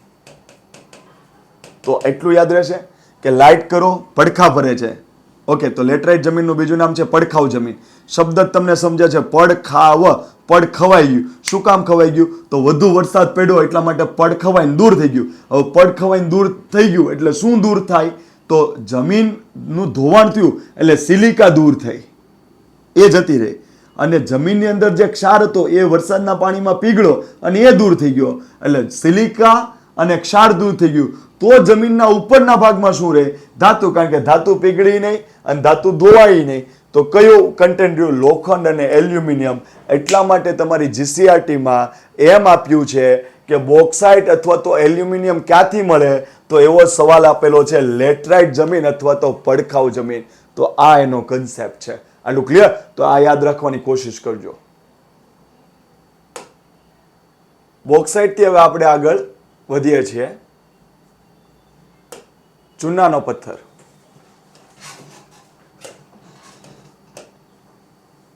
ચૂનાનો પથ્થર. ઓકે, ચૂનાનો પથ્થર મેં ઓલરેડી આગળ કહી દીધેલું છે.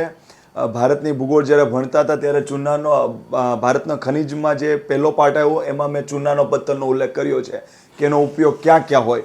પણ એક વસ્તુ કહી દઉં કે જ્યાં હું એમ કહું ને કે પથ્થર અને માટી આનો ઉપયોગ ક્યાં ક્યાં થઈ શકે, એટલે એટલી સંભાવના તમારે યાદ રાખી લેવાની. જો સિમેન્ટ ઉદ્યોગમાં પથ્થર કે માટી કોઈ પણ જગ્યાએ વપરાતું હોય. કોઈ અત્યારમાં હું ચૂનાના પથ્થર ઉપર સ્પેશિયલ નથી કહેતો. ચૂનાનો પથ્થર, ચિનાઈ માટી હોય, ડોલોમાઇટ પથ્થર હોય. હું એમ કહું કે આ પથ્થરના માટી છે એટલે એટલી વસ્તુ કદાચ બનતી જશે એનામાંથી. સિમેન્ટ ઉદ્યોગ, પછી રિફ્રેક્ટરી ઉદ્યોગ, પછી ફાઉન્ડ્રી ઉદ્યોગ. જો આ સરકારી બુકમાં છે, હું કોઈ મારે ઘરેથી નથી લાવતો. ફાઉન્ડ્રી ઉદ્યોગ. ઓકે, રિફ્રેક્ટરી અને ફાઉન્ડ્રી ઉદ્યોગ એટલે શું? એમાંથી એવી વસ્તુ બનાવી કે એમાંથી બનેલું વાસણ અથવા તો ભઠ્ઠીની સગડી અથવા તો ભઠ્ઠો બનાવો તો એ વસ્તુ ગરમ ન થાય અને એને તમે પકડી શકો એવું કંઈક વાસણ કે ભઠ્ઠી કે એવું કંઈ પણ બનાવો તો એ રિફ્રેક્ટરી ઉદ્યોગ અને ફાઉન્ડ્રી ઉદ્યોગમાં આવે. ટૂંકમાં એવું વાસણ બનાવો કે એવો કોઈ પણ પદાર્થ બનાવો જે માટી કે પથ્થરનો ઉપયોગ કરીને બનાવો કે જેને તમે પકડી શકો, ગરમ ન લાગે એવી વસ્તુ. રિફ્રેક્ટરી ઉદ્યોગ ને ફાઉન્ડ્રી ઉદ્યોગમાં આ બધી વસ્તુ આવે. પછી મેંગલોરી નળિયા, આ પણ ફેમસ છે. અને પોટ્રી એટલે કે કુંભારી કામ. તો કોઈ પણ જગ્યાએ હું એમ કહું કે ભાઈ પછી ચિનાઈ માટી આવતી હશે, પછી ધારો કે કોઈ ફાયર ક્લે આવે, બરાબર, એટલે કે અગ્નિજીત માટી, ચિનાઈ માટી, પ્લાસ્ટિક માટી, પછી એમ કહું કે ચૂનાનો પથ્થર, એમાંથી આપણે દળીને જે માટી બને એમાંથી કંઈક બને.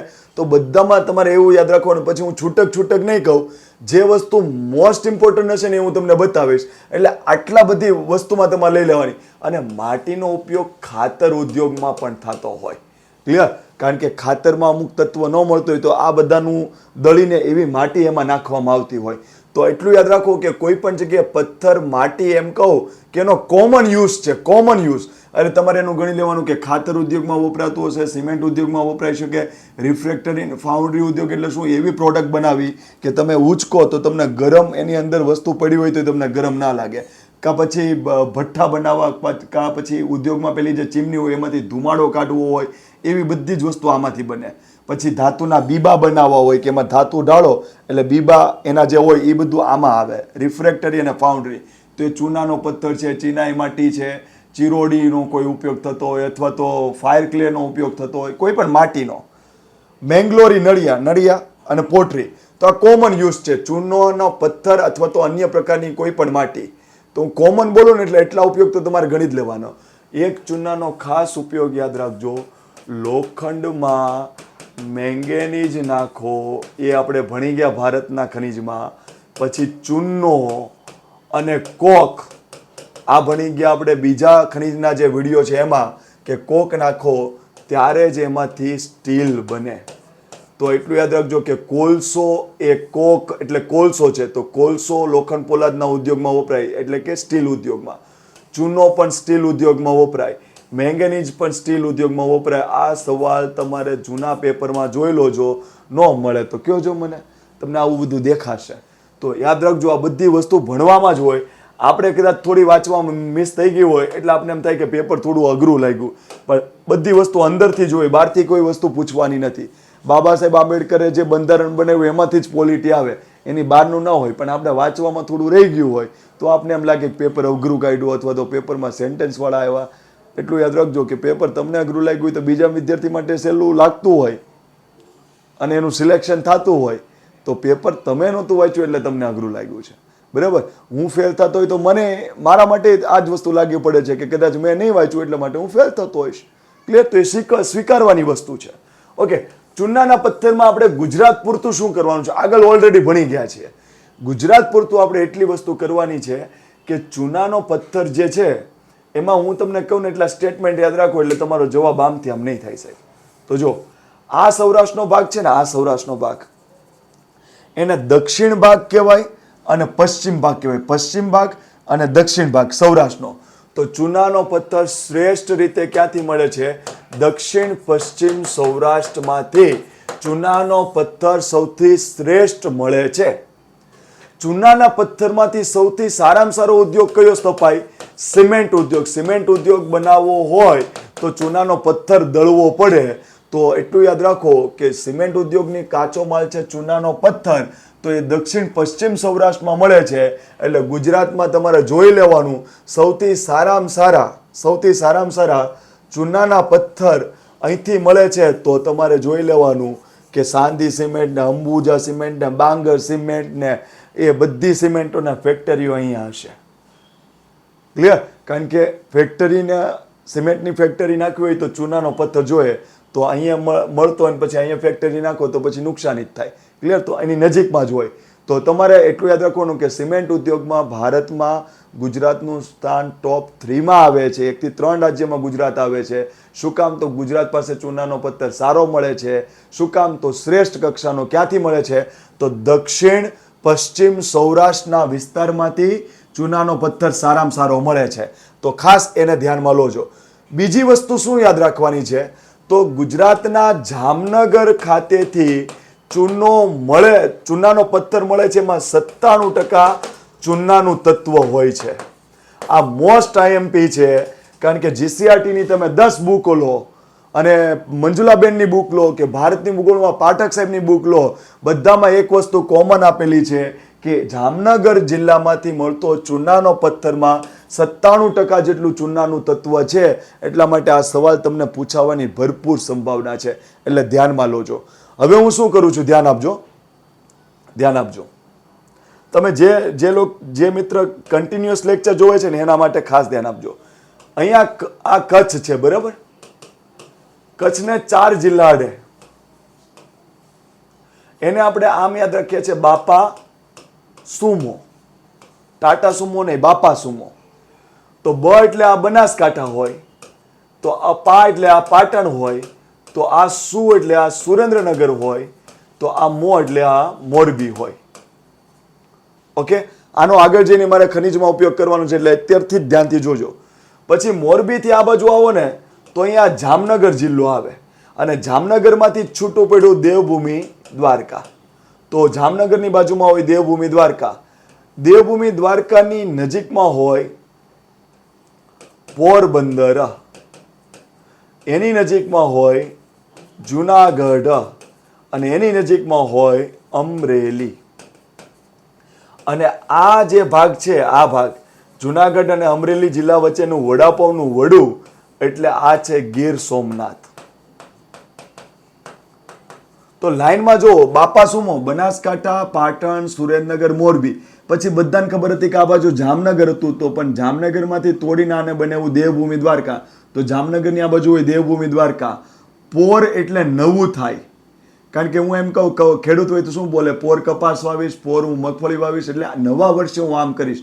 તો પોર એટલે નવું, તો એની બાજુમાં જૂનું હોય તો દેવભૂમિ દ્વારકા નવો જિલ્લો બન્યો છે એટલે નવો એટલે પોર, અને પોર એટલે નવું, તેની બાજુમાં જૂનું હોય જુનાગઢ. તો દેવભૂમિ દ્વારકા, પોરબંદર, જુનાગઢ લાઈનમાં હોય. જુનાગઢ પછી અમરેલી આવે. ઓકે, હવે એક સવાલ આવે છે કે પોરબંદર પથ્થર કોને કહેવાય? તો એટલું યાદ રાખજો, પોરબંદર પથ્થર એ ચૂનાનો પથ્થર જ છે. પોરબંદર પથ્થર એ ચૂનાનો પથ્થર જ છે. ક્યાંથી મળે? તો ખાલી પોરબંદર જિલ્લામાંથી જ નહીં, પોરબંદર જિલ્લાથી ઉપર 2 આમ આવો અને પોરબંદર જિલ્લાથી નીચે 2 આમ આવો, એટલા જિલ્લામાંથી આપણે પોરબંદર, ઓકે, પોરબંદરની આ બાજુ રાજકોટ આવ્યું છે તો અહીંથી પણ મળશે. તો એટલું યાદ રાખો કે પોરબંદર પથ્થર શું છે? ચૂનાનો પથ્થર છે. ક્યાંથી મળે? તો નહીં માત્ર પોરબંદર, એનાથી ઉપર જાઓ તો દેવભૂમિ દ્વારકા, જામનગર. એનાથી નીચે આવો તો જુનાગઢ, ગીર સોમનાથ, અમરેલી અને રાજકોટ. તો પોરબંદર પથ્થર ક્યાંથી મળે?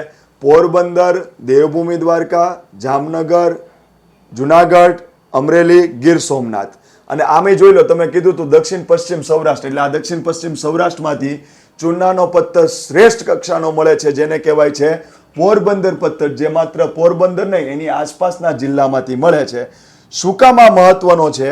તો આમાં એક તત્વ છે, એનું નામ છે મિલિયો, ઓકે, એ તત્વનું નામ છે મિલિયોનાઇટ લાઇમસ્ટોન. મિલિયોનાઇટ લાઇમસ્ટોન. તો અહીંયા ખાસ ધ્યાન આપજો, લાઇમસ્ટોન, ઓકે, ચૂનાના પથ્થરને ઇંગ્લિશમાં લાઇમ કહેવાય, એ તો આવડી જાય.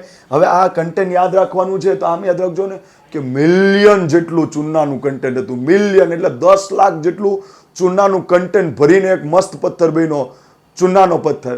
તો મિલિયન ઉપરથી યાદ રાખજો, મિલિયોનાઇટ લાઇમસ્ટોન. અને આ કન્ટેન્ટ હોવાના લીધે બાકીના ચૂનાના પથ્થર એકદમ પોચા હોય, પણ આ મિલિયોનાઇટ લાઇમસ્ટોન કન્ટેન્ટ આ ચૂનાના પથ્થરમાં અહીંથી જે ચૂનાનો પથ્થર મળે છે એમાં જોવા મળે છે. એના લીધે ચૂનાનો પથ્થર એકદમ કઠણ થઈ જાય છે, જેથી તમે એના બિલ્ડિંગ બનાવવા માટે ઈંટની જગ્યાએ વાપરી શકો. જેને સૌરાષ્ટ્રમાં લોકલ લેંગ્વેજમાં એમ કહેતા હોય અમારો બેલાનો પથ્થર છે. તો એ બીજું કંઈ નહીં, બેલાનો પથ્થર તમે જે કહો છો એ પોરબંદર પથ્થર છે. એ બીજાના ચૂનાના પથ્થર કરતાં કેમ અલગ પડે છે? કારણ કે એમાં મિલિયોનાઇટ લાઇમસ્ટોન કન્ટેન્ટ આવેલું છે. એટલે પોચું બન્યું કે કઠણ બન્યું? કઠણ બન્યું. એટલા માટે તમે એનો ઉપયોગ ક્યાં કર્યો? બિલ્ડિંગ બનાવવામાં ઈંટની જગ્યાએ મોટા મોટા આવા ચોરસ ટુકડા આવે છે ને પેલા, એને પોરબંદર પથ્થર કહેવાય. તો બધા ચૂનાના પથ્થર બિલ્ડિંગમાં ઈંટ બનાવવા માટે વાપરી શકાય નહીં, તો ભૂકંપ આવે એટલે ફટ દેખાડ નીચે આવે. ખાલી મિલિયોનાઇટ લાઇમસ્ટોન વાળું કન્ટેન્ટ જે ધરાવતો હોય ચૂનાનો પથ્થર, એનો જ ઉપયોગ આપણે બિલ્ડિંગ બનાવવા માટે કરીએ છીએ. તો એટલો સવાલ આમાંથી હું પૂછીશ કે 97% ચૂનાનું તત્વ ધરાવતા ચૂનાના પથ્થરો ક્યાંથી મળે? જામનગર. મિલિયોનાઇટ લાઇમસ્ટોન કન્ટેન્ટ ધરાવતું ચૂનાનું પથ્થર ક્યાંથી મળે? તો એનું નામ જ શું છે? પોરબંદર પથ્થર. તો એટલું યાદ રાખો, પોરબંદરની ઉપર, પોરબંદરની નીચે. પોરબંદર, દેવભૂમિ દ્વારકા, જામનગર, જુનાગઢ, અમરેલી, ગીર સોમનાથ. ઓકે, એનું ખૂબી શું છે? તો એમાં મિલિયોનાઇટ લાઇમસ્ટોન હોવાના લીધે કઠણ બની ગયો, એટલે એનો ઉપયોગ તમે બિલ્ડિંગ બનાવવા માટે કરો છો અને સિમેન્ટ ઉદ્યોગમાં પણ તમે એનો ઉપયોગ કરો છો. તો મને કહો, ચૂનાનો પથ્થર મોસ્ટ ઇમ્પોર્ટન્ટ જો મળતો હોય તો એના પરથી યાદ રાખો ને સાહેબ, પોરબંદર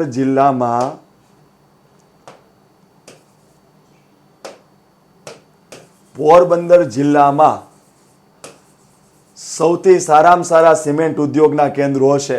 તમે જોઈ લો, પોરબંદરમાં રાણા વાવ છે, પોરબંદરમાં કુતિયાણા છે, અને પોરબંદરમાં ખુદ પોતે પોરબંદર જિલ્લામાં પોરબંદર શહેર છે. અહીંયા આસપાસ તમને સિમેન્ટ ઉદ્યોગ જોરદાર જોવા મળશે. શું કામ જોવા મળશે? કારણ કે અહીંથી સારામાં સારી ક્વોલિટીનો ચૂનાનો પથ્થર મળે છે. તો રાણા વાવ એ સિમેન્ટ ઉદ્યોગનું હબ છે. શું કામ હબ છે? તો અહીંથી સારો ચૂનાનો પથ્થર મળે છે. પોરબંદર જિલ્લામાં રાણા વાવ આવ્યું છે, એટલા માટે ત્યાં સિમેન્ટ ઉદ્યોગના ફેક્ટરીઓ જોવા મળે છે. આટલું ક્લિયર? અને ખાસ એટલું યાદ રાખજો કે મારે જો મીઠું છે ને, મીઠું મેં સોડામાં નાખ્યું, સોડામાં. મીઠું મેં શેમાં નાખ્યું? સોડામાં. અને એટલું બધું વધી ગયું કે સોડા ઊંધી ચડી. મીઠું શેમાં નાખ્યું? સોડામાં. અને સોડા એટલી બધી સ્ટ્રોંગ થઈ ગઈ કે સોડા કેવી ચડી? ઊંધી.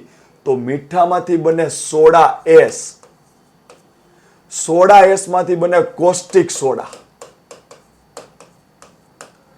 તો ગુજરાતને દરિયા કિનારો સૌથી લાંબો છે, તો ગુજરાત મીઠાનું ઉત્પાદન સૌથી વધુ કરે છે.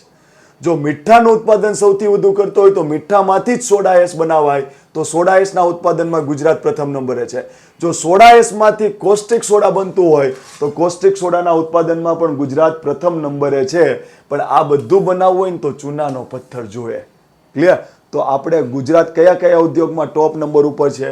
મીઠાના ઉદ્યોગમાં, સિમેન્ટના ઉદ્યોગમાં, પછી મીઠું પણ છે અને ચૂનો પણ છે. એટલે આ બનાવવા માટે બધું જોઈએ તો સોડા એસમાંય પહેલા નંબરે, કોસ્ટિક સોડામાંય પહેલા નંબરે, મીઠામાંય પહેલા નંબરે, સિમેન્ટ ઉદ્યોગમાં પહેલા બીજા નંબરે નહીં પણ 1 થી 3 તો આપણે આવશું જ, ચૂનાનો પથ્થર. ઓકે, આગળ વધીએ. ચિનાઈ માટી. ઓકે, ચિનાઈ માટી જે છે, ચિનાઈ માટી એમાં તમારે શું કરવાનું છે? જો ફરીથી એક વખત મેપ યાદ રાખી લો એટલે તમારે એટલું જોરદાર થઈ જશે કે ન પૂછો વાત. બાપા સુમો, ટાટા સુમો નહીં, બાપા સુમો કોને અડે છે? કચ્છને. તો કચ્છને કયા કયા જિલ્લા અડે? બનાસકાંઠા, પાટણ, સુરેન્દ્રનગર, મોરબી. આટલું ક્લિયર? બનાસકાંઠા, કાંઠાની બાજુમાં કાંઠો જ હોય, સાબરકાંઠા. અને પાટણની બાજુ બધાને ખબર હોય, મહેસાણા. તો ચિનાઈ માટી ક્યાં ક્યાંથી મળે? ચિનાઈ માટી ક્યાં ક્યાંથી મળે? તો જોજો, સાબરકાંઠામાં સારી મળે છે, મહેસાણામાં સારી મળે છે, સુરેન્દ્રનગરમાં સારી મળે છે, મોરબીમાં સારી મળે છે, જામનગરમાં સારી મળે છે, રાજકોટમાં સારી મળે છે. તો આ ઊભો પટ્ટો જે છે ને એમાં ચિનાઈ માટી સારામાં સારી મળે છે. તો તમને એવો કોઈ સવાલ પૂછ્યો કે ક્યાંથી મળે છે કે મળતી નથી, તો બીજે મળે કે ન મળે એવું નથી કહેતો, અને મને આવડતું નથી કે ક્યાં ક્યાંથી મળે, પણ મને એટલું આવડે છે કે એટલા જિલ્લામાંથી તો ટોપ કક્ષાની મળે છે. તો તમને કોઈ એવો સવાલ પૂછ્યો હોય તો એટલું યાદ રાખજો કે ઊભો પટ્ટો જ છે. મેપિંગ સોલિડ રાખો એટલે તમારા જવાબ સામે જ હોય કે બાપા સુમો તો બનાસકાંઠા, પાટણ, સુરેન્દ્રનગર, મોરબી. તો સુરેન્દ્રનગરની નીચે મોરબી હોય. હવે સુરેન્દ્રનગર ને પાટણની બાજુમાં મહેસાણો ને એની ઉપર સાબરકાંઠા. તો ટોપ કક્ષાની સાબરકાંઠામાં મળે. પછી ક્યાં આગળ? મહેસાણા, સુરેન્દ્રનગર, મોરબી. ઓકે, મેં પાછળ જે તમને કીધું હતું ને એમાં ખાલી એક વસ્તુ યાદ રાખજો, ચૂનાનો પથ્થર કચ્છમાં જોરદાર પ્રમાણમાં ઉત્પાદનને જથ્થો પડ્યો છે નીચે. તો કચ્છમાં ચૂનાનો જથ્થો સૌથી બેસ્ટ છે આખા ગુજરાતમાં. એ મેં તમને આગળ મારે મિસ થયું છે એટલે યાદ રાખવા માટે મેં અહીંયા મેન્શન કરું છું. ઓકે, તો ચિનાઈ માટી ક્યાંથી મળી? સાબરકાંઠા, મહેસાણા, સુરેન્દ્રનગર, મોરબી. હવે સાબરકાંઠામાંથી તમારે 2 પ્લેસ યાદ રાખવાના છે, જે તમે જૂના પેપર જોશો એટલે તમને દેખાઈ જશે. ઓકે, તો સાબરકાંઠામાં 2 પ્લેસ યાદ રાખવાના છે, અ અને અ. સાબરકાંઠામાં ચિનાઈ માટી માટે 2 પ્લેસ યાદ રાખવાના છે, અ અને અ. એક પ્લેસ છે એકલારા અને બીજું પ્લેસ છે આરસોડિયા. ઓકે, 2 પ્લેસ છે, બંને સાબરકાંઠામાં છે. એક અ ઉપરથી યાદ રાખો, એકલારા અને આરસોડિયા. હવે જો આમાં બે શું સવાલ પૂછાય છે? તો એક ઇંગ્લેન્ડ છે, ઇંગ્લેન્ડ એમ કહે છે કે અમારી જેવી દુનિયામાં ચિનાઈ માટી ક્યાંય ન મળે, અમારી ચિનાઈ માટી શ્રેષ્ઠ કક્ષાની. તો આપણા સાબરકાંઠાને એકલારાએ કીધું તું એકલો નથી, તું એકલો નથી, તારી જેવા તો કેટલાય છે. તો આપણા એકલારાએ કીધું તું એકલો નથી હો ઇંગ્લેન્ડ, મારી પાસે પણ તારી જેવી ક્વોલિટી છે. તો એક સવાલ પૂછાશે કે ગુજરાતમાંથી કયા ક્ષેત્રમાંથી મળતી ચિનાઈ માટી ઇંગ્લેન્ડમાંથી મળતી ચિનાઈ માટી જેવી શ્રેષ્ઠ કક્ષાની છે? તો એટલું યાદ રાખજો, જવાબ આવશે એકલારા, સાબરકાંઠા જિલ્લો. ઓકે, આરસોડિયા શબ્દ શું કામ આપણે કામનો છે?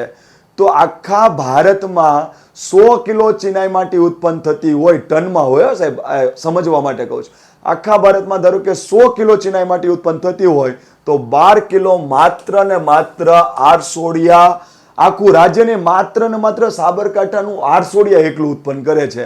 એટલે 100 એ 12 કિલો એટલે 12% થાય. એટલે ખબર પડે સાહેબ? તો ભારતનું રાજ્ય નહીં, ભારતનું ચિનાઈ માટીનું ઉત્પાદન કરતું સૌથી મોટામાં મોટું ક્ષેત્ર કયું? આરસોડિયા. કયા જિલ્લામાં આવ્યું? સાબરકાંઠા જિલ્લામાં. સાબરકાંઠા જિલ્લામાં આવેલું આરસોડિયા આશરે ભારતનું કેટલા ટકા ચિનાઈ માટીનું ઉત્પાદન કરે છે? 12%.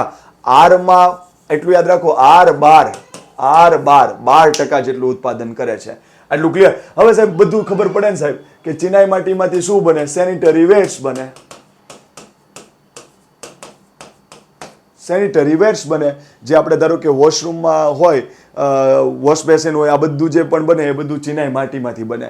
બાકીનું મેં તમને કીધું હતું કોમન યુઝ, જે મેં આગળ કીધું એ સિમેન્ટ ઉદ્યોગ, ખાતર ઉદ્યોગ, બેંગ્લોરી નળિયા, રિફ્રેક્ટરી ઉદ્યોગ, ફાઉન્ડ્રી ઉદ્યોગ, અને સફેદ સફેદ જે વસ્તુ હોય ને, ચૂનો સફેદ હોય, ચિનાઈ માટી સફેદ હોય, તો સફેદ સફેદ બધામાં કામ આવે.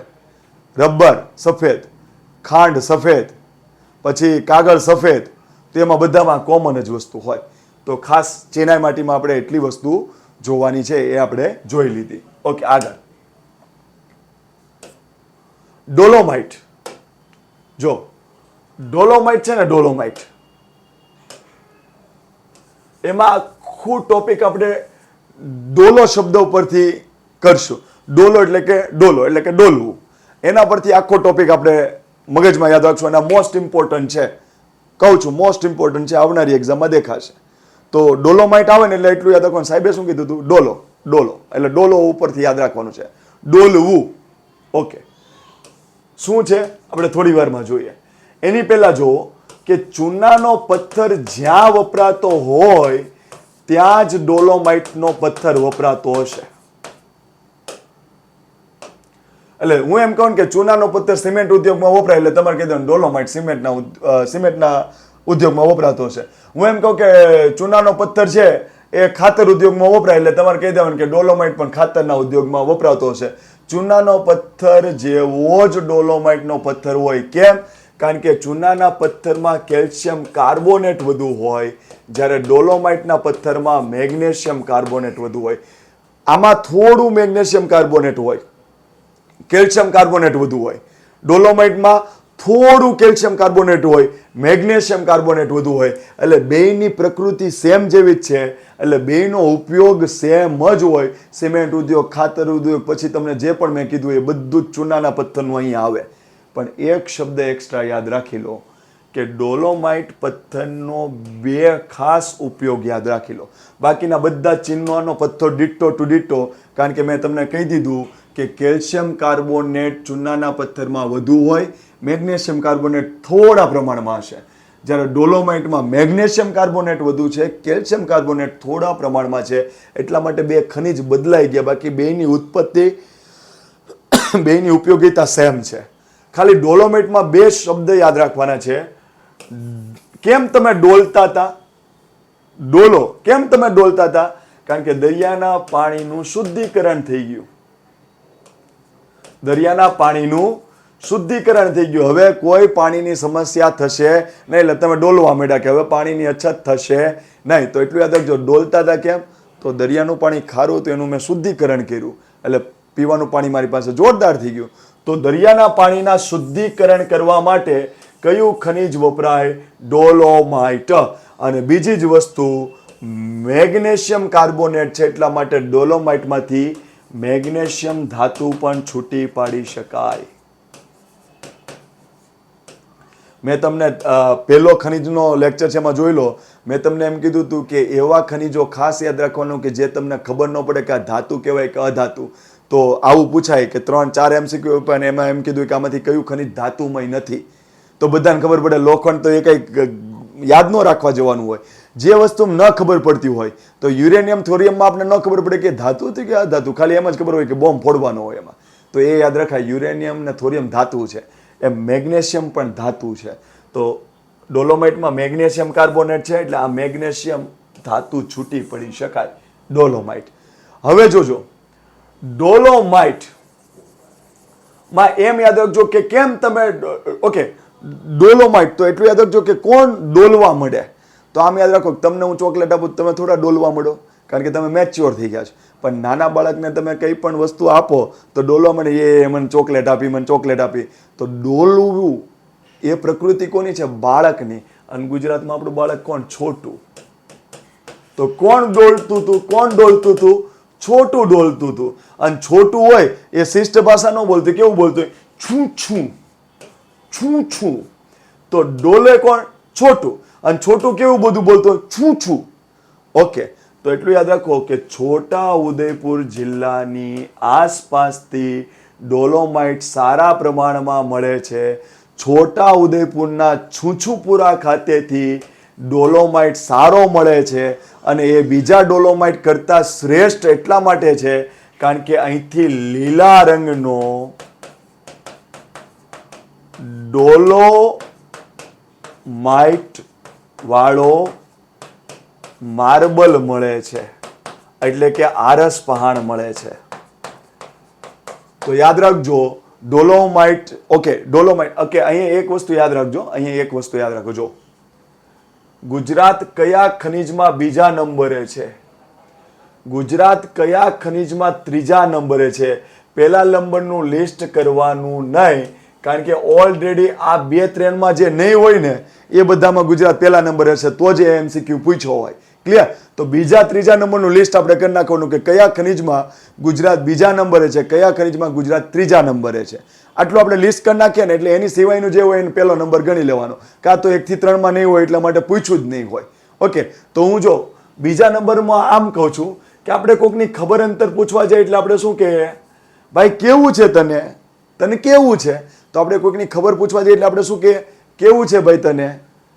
અને શું કામ ખબર અંતર પૂછવા ગયા હતા? તો ત્રીજા મહિનો જવાબ છે કે ડોગે ચીરા પાડી દીધા હતા સાહેબના. કારણ કે સળી કરવામાં તો માસ્ટર હોય, કારણ કે આપણો મિત્ર છે, તમારો મિત્ર છે, આપણો મિત્ર છે, એટલે સળી કરતો હતો એટલે ડોગે ચીરા પાડી દીધા. એટલે તમે એની ખબર પૂછવા ગયા એટલે તમે શું કીધું? કેવું છે ભાઈ તને? તો બીજામાં આમ યાદ રાખો, ખબર પૂછો છો કેવું છે. ત્રીજા મહિનું કારણ છે શું કામ પૂછવા ગયા હતા? ડોગે ચીરા પાડી દીધા હતા. તો કે ઉપરથી યાદ રાખજો કેલ્સાઇટ અને વુ ઉપરથી યાદ રાખજો વુલસ્ટોનાઇટ. તો કેલ્સાઇટ અને વુલસ્ટોનાઇટ ખનિજના ઉત્પાદનમાં ગુજરાત ભારતમાં બીજા નંબરે છે. હજુ પણ એક યાદ રાખી લો, બોક્સાઇટના ઉત્પાદનમાં પણ ગુજરાત ભારતમાં બીજા નંબરે છે. તો બીજા નંબરે ડોગે ચીરા પાડી દીધા, એમાં ત્રીજા નંબરે.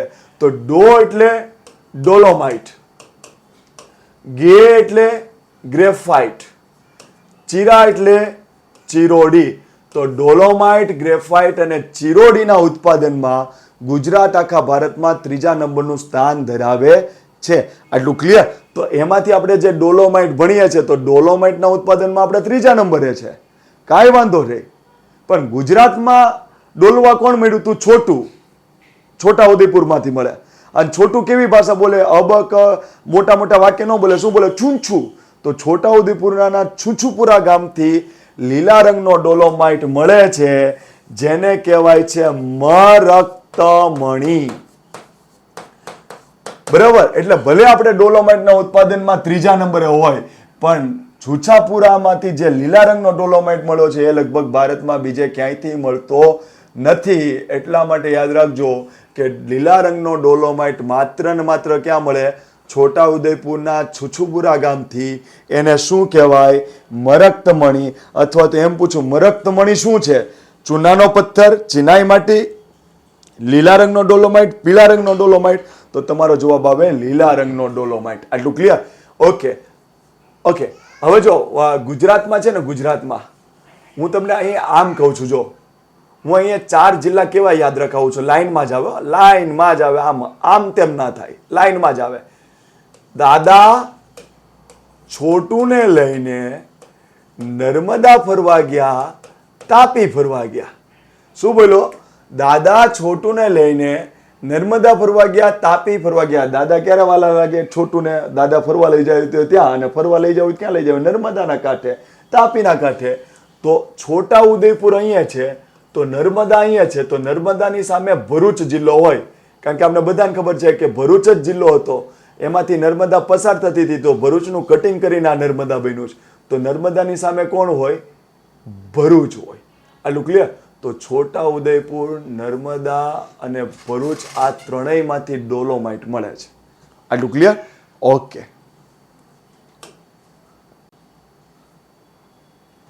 ગ્રેફાઇટ. Okay, graphite. તો એમાં ફાઇટ શબ્દ પકડી લો. ફાઇટ. મેં શું કીધું? હું તમને ટ્રીકમાં સૂત્ર બનાવવાની એવું નથી કહેતો. હું તમને એમ કહું છું કે તમને એક્ઝામમાં ભૂલાઈ જાય તો જો તમને મારા પર શ્રદ્ધા રાખીને મારી પાસે ભણતા હોય તો એટલું યાદ રાખજો કે મેં તમને એમ જ કીધું હશે કે ભૂલવાનું નથી. શબ્દને એક વખત ફરીથી જોજો એટલે શબ્દ તમને જવાબ આપશે કે આપણે આમ યાદ રાખ્યું હતું. તો ગ્રેફાઇટમાં જો, ગ્રેફાઇટમાં ફાઇટ શબ્દ છે, ફાઇટ.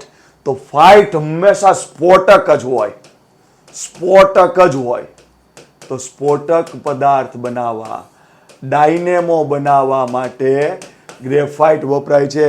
પેન્સિલની અણી તો આખા ગામને આવડે છે, કારણ કે આપણે નાનપણથી બધાને પેન્સિલની સળી કરી હોય તો નાનપણથી ખબર છે કે આ ગ્રેફાઇટ છે, આ અણી ગ્રેફાઇટની છે, તે તો બધાને ખબર છે.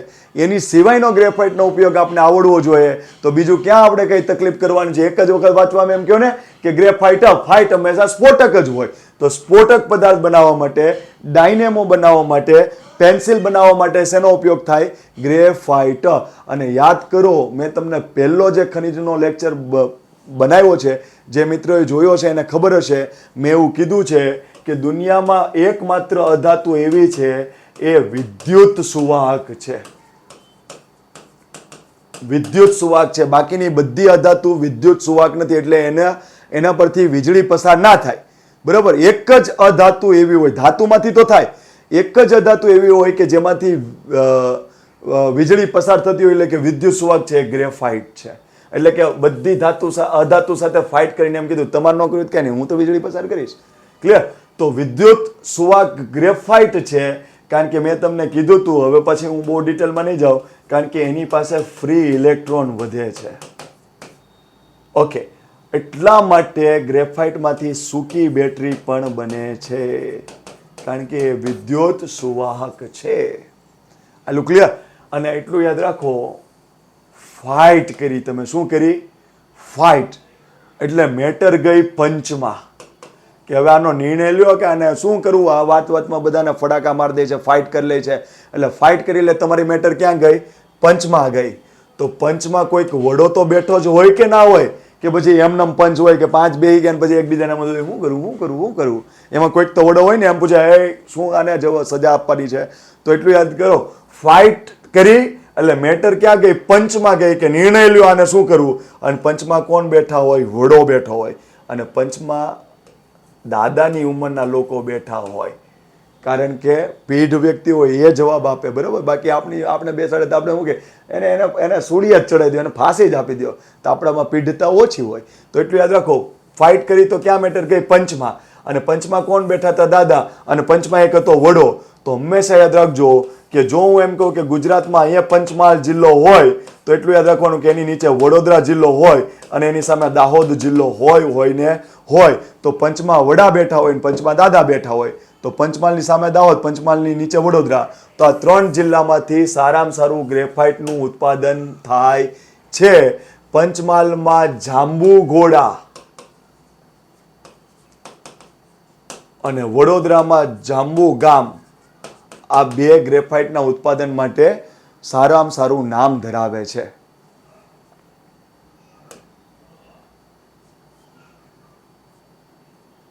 કેલ્સાઇટ, આ પણ મોસ્ટ ઇમ્પોર્ટન્ટ. કેલ્સાઇટ પણ આપણે પૂછાવાની સંભાવના સારી. ઓકે, આ કેલ્સાઇટ એટલે શું? ચૂનાના પથ્થરનો જ્યાં ઉપયોગ થતો હોય, ચિનાઈ માટીનો જ્યાં ઉપયોગ થતો હોય, ત્યાં બધે જ કેલ્સાઇટનો ઉપયોગ થશે. એટલે હવે હું અંદર નહીં પડું કે મેંગ્લોરી નળિયા, પોટરી, બ્લીચિંગ પાવડર ને ખાંડ ને આ ને પૂછડું ને એમાં હું નહીં પડું હવે. ક્લિયર? પણ એક જેનો ખાસ ઇમ્પોર્ટન્ટ હોય ને એ તમારી સામે લાવી દઉં છું. સૂક્ષ્મ દર્શક યંત્ર બનાવવા હોય તો તમારે કેલ્સાઇટનો ઉપયોગ કરવો પડે. એટલે યાદ રાખો ને કે સૂક્ષ્મ સાઇટ. ઓકે, સાઇટ એટલે કે જગ્યા. આપણે એમ કહેતા ને મારે સાઇટ જોવી છે, મારે બિલ્ડિંગ જોવું છે, તો સાઇટ જોવાની છે, પણ મોટી નહીં, સૂક્ષ્મ. તો કેલ્સાઇટમાં એટલું યાદ રાખજો, સાઇટ કેવી જોતા હતા તમે? સૂક્ષ્મ જોતા હતા. તો સૂક્ષ્મ દર્શક યંત્રો બનાવવા માટે નીચેમાંથી કયું ખનિજ ઉપયોગી છે? કેલ્સાઇટ. આટલું ક્લિયર? ઓકે, હવે અહીંયા ધ્યાન આપજો. સૂક્ષ્મ દર્શક યંત્ર બનાવવા માટેની તમે જોગવાઈની વાત કરી દીધી. ઓકે, હવે તમારે જોજો, જુનાગઢ છે, જુનાગઢ, ત્યાં કેલ્સાઇટ એવી રીતના મળે છે કે તમે ધારો કે અહીંથી ખોદવાનું ચાલુ કર્યું એટલે નળી હોય ને, નળી, બરાબર, એમ તમે 3 કિલોમીટર 4 કિલોમીટર ઊંડા ઉતરી જાઓ ને આમ નળીમાં, આમ છૂટું છવાયું નહીં, આમ તમે ધારો કે આમ ટનલ કાઢતા હોય ને એવી રીતના જમીનમાં તમારે ઘૂસી જ જવાનું. ત્યાં સુધી 2 થી 3 કિલોમીટર સુધી તમને કેલ્સાઇટ મળ્યા કરશે. એટલા માટે આને કહેવાય કેલ્સાઇટની શિરાઓ. આપણે શરીરમાં ધમની અને શિરા નથી ભણતા? ધમની અને શિરા લોહી પહોંચાડે, તેમાં ધમની અને શિરા નળી જેવી હોય ને, તો આ નળી જેવા શેપમાં જમીનમાં 2-3 કિલોમીટર સુધી કેલ્સાઇટ મળ્યા કરે સાહેબ. તો આ કેલ્સાઇટની જે શિરાઓ જુનાગઢમાંથી મળે છે ને, એને કહેવાય છે પન્નાલા ડિપોઝિટ. Most IMP. તમને પૂછશે પન્નાલા ડિપોઝિટ શું છે? ચૂનાનો પથ્થર, ડોલોમાઇટ કે કેલ્સાઇટ? તો તમારે કહેવાનું કેલ્સાઇટ.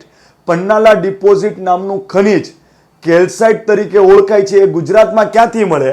જુનાગઢ જિલ્લામાંથી. એની યુનિકનેસ શું છે? બધે છૂટું છવાયું મળે, પણ અહીંયા તમને 2-3 કિલોમીટર લાંબી અને જમીનમાં ઊંડી શિરાઓ મળે છે.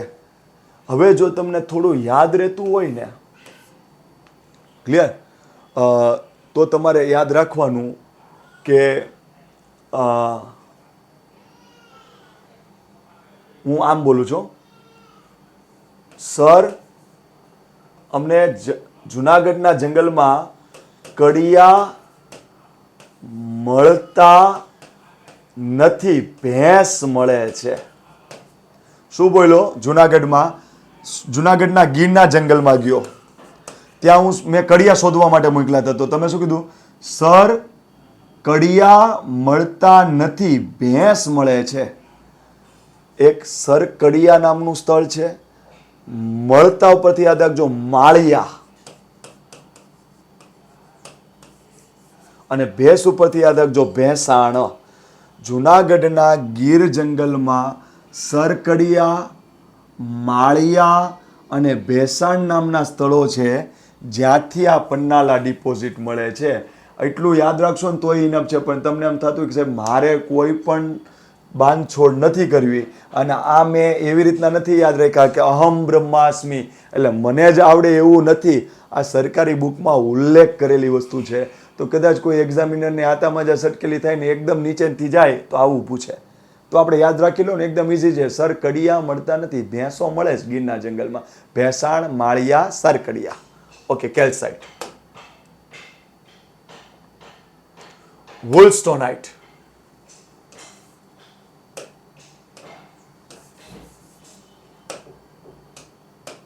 ઓકે, વુલસ્ટોનાઇટમાં તમારે એટલું યાદ રાખવાનું છે કે બીજું કશું જ નથી યાદ રાખવાનું. જો ચિનાઈ માટી હોય, ચિનાઈ માટી, બરોબર. જો કેવું છે, મેં તમને હમણાં જ કહી દીધું, કેવુંમાં વુ બીજા નંબરે છે, યાદ છે ને? તો વુલસ્ટોનાઇટના ઉત્પાદનમાં ગુજરાત કેટલામાં નંબરે છે? બીજા નંબરે છે. ઓકે, હવે જોજો, વુલસ્ટોનાઇટમાં હું શું કહું છું? ચિનાઈ માટીમાંથી તમે સેનિટરી વેર્સ બનાવ્યા અને ચિનાઈ માટીના વાસણો બનાવ્યા. તમે આ ચિનાઈ માટીના વાસણો ચમકદાર હોય તો તમને સારા લાગે. પેલી ટીવીમાં એડ નથી આવતી, ચિનાઈ માટીના વાસણો હોય ને એક સાબુની એડ આવતી હોય કે કોઈ લિક્વિડની એડ આવતી ને આમ પેલું ભૂસેનું આવે ને તમને પછી આમ કોકરી બતાવતા હોય કે મારો ફોટો દેખાય છે. તો એ ક્યારે બને? ચિનાઈ માટીમાંથી ખાલી તમે બનાવો ને તો એવી રીતના કોઈ દિવસ ચમકવાળા વાસણો કે સેનિટરી વેર્સ બને નહીં. એ હંમેશા બોદું જ હોય, ખરબચડું જ હોય અને લીસું ના હોય અને ચમકીલું ના હોય. પણ એ ચિનાઈ માટીમાંથી તમે બનાવેલું સેનિટરી વેર્સ એટલે વોશ બેસિંગ ને બધું જ, અને વાસણોમાં તમે વુલસ્ટોનાઇટ ખનિજ ઉપર લગાવો તો જ એના પર ચમક આવે. એટલા માટે ખાસ એક્ઝામમાં પૂછાઈ ગયેલો ટોપિક છે કે સેનિટરી વેર્સ અથવા તો ચિનાઈ માટીમાંથી બનતા વાસણોમાં નીચેમાંથી કયું ખનિજ લગાવવાથી ચમક આવે છે? તો તમારે કહી દેવાનું વુલસ્ટોનાઇટ.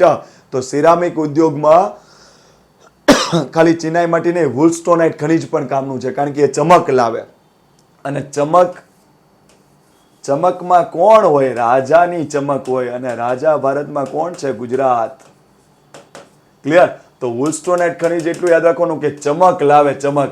અને આખા ભારતમાં કોણ ચમકે? રાજા ગુજરાત. તો વુલસ્ટોનાઇટ ખનિજના ઉત્પાદનમાં ટોપ નંબર ઉપર કોણ છે? રાજસ્થાન અને ગુજરાત પહેલા નંબરે, બીજા નંબરે. ગુજરાત રાજસ્થાન પહેલા નંબરે, ગુજરાત બીજા નંબરે. અને જો રાજસ્થાનમાં મળતું હોય ને પછી ગુજરાતમાં મળવાનું ચાલુ થયું હોય તો એટલે ખબર પડે કે બનાસકાંઠાનું ઉત્તર ગુજરાતમાંથી મળતું હોય. તો વુલસ્ટોનાઇટ ક્યાંથી મળે? બનાસકાંઠાનું દાંતા, પાલનપુરા, XYZ, કારણ કે એની એક્ઝેક્ટ ઉપર રાજસ્થાન છે. તો પહેલા નંબરે રાજસ્થાન, બીજા નંબરે ગુજરાત. તો ગુજરાતનો કયો ભાગ રાજસ્થાન અડે? ઉત્તર ગુજરાત. તો ત્યાંથી મળે છે વુલસ્ટોનાઇટ.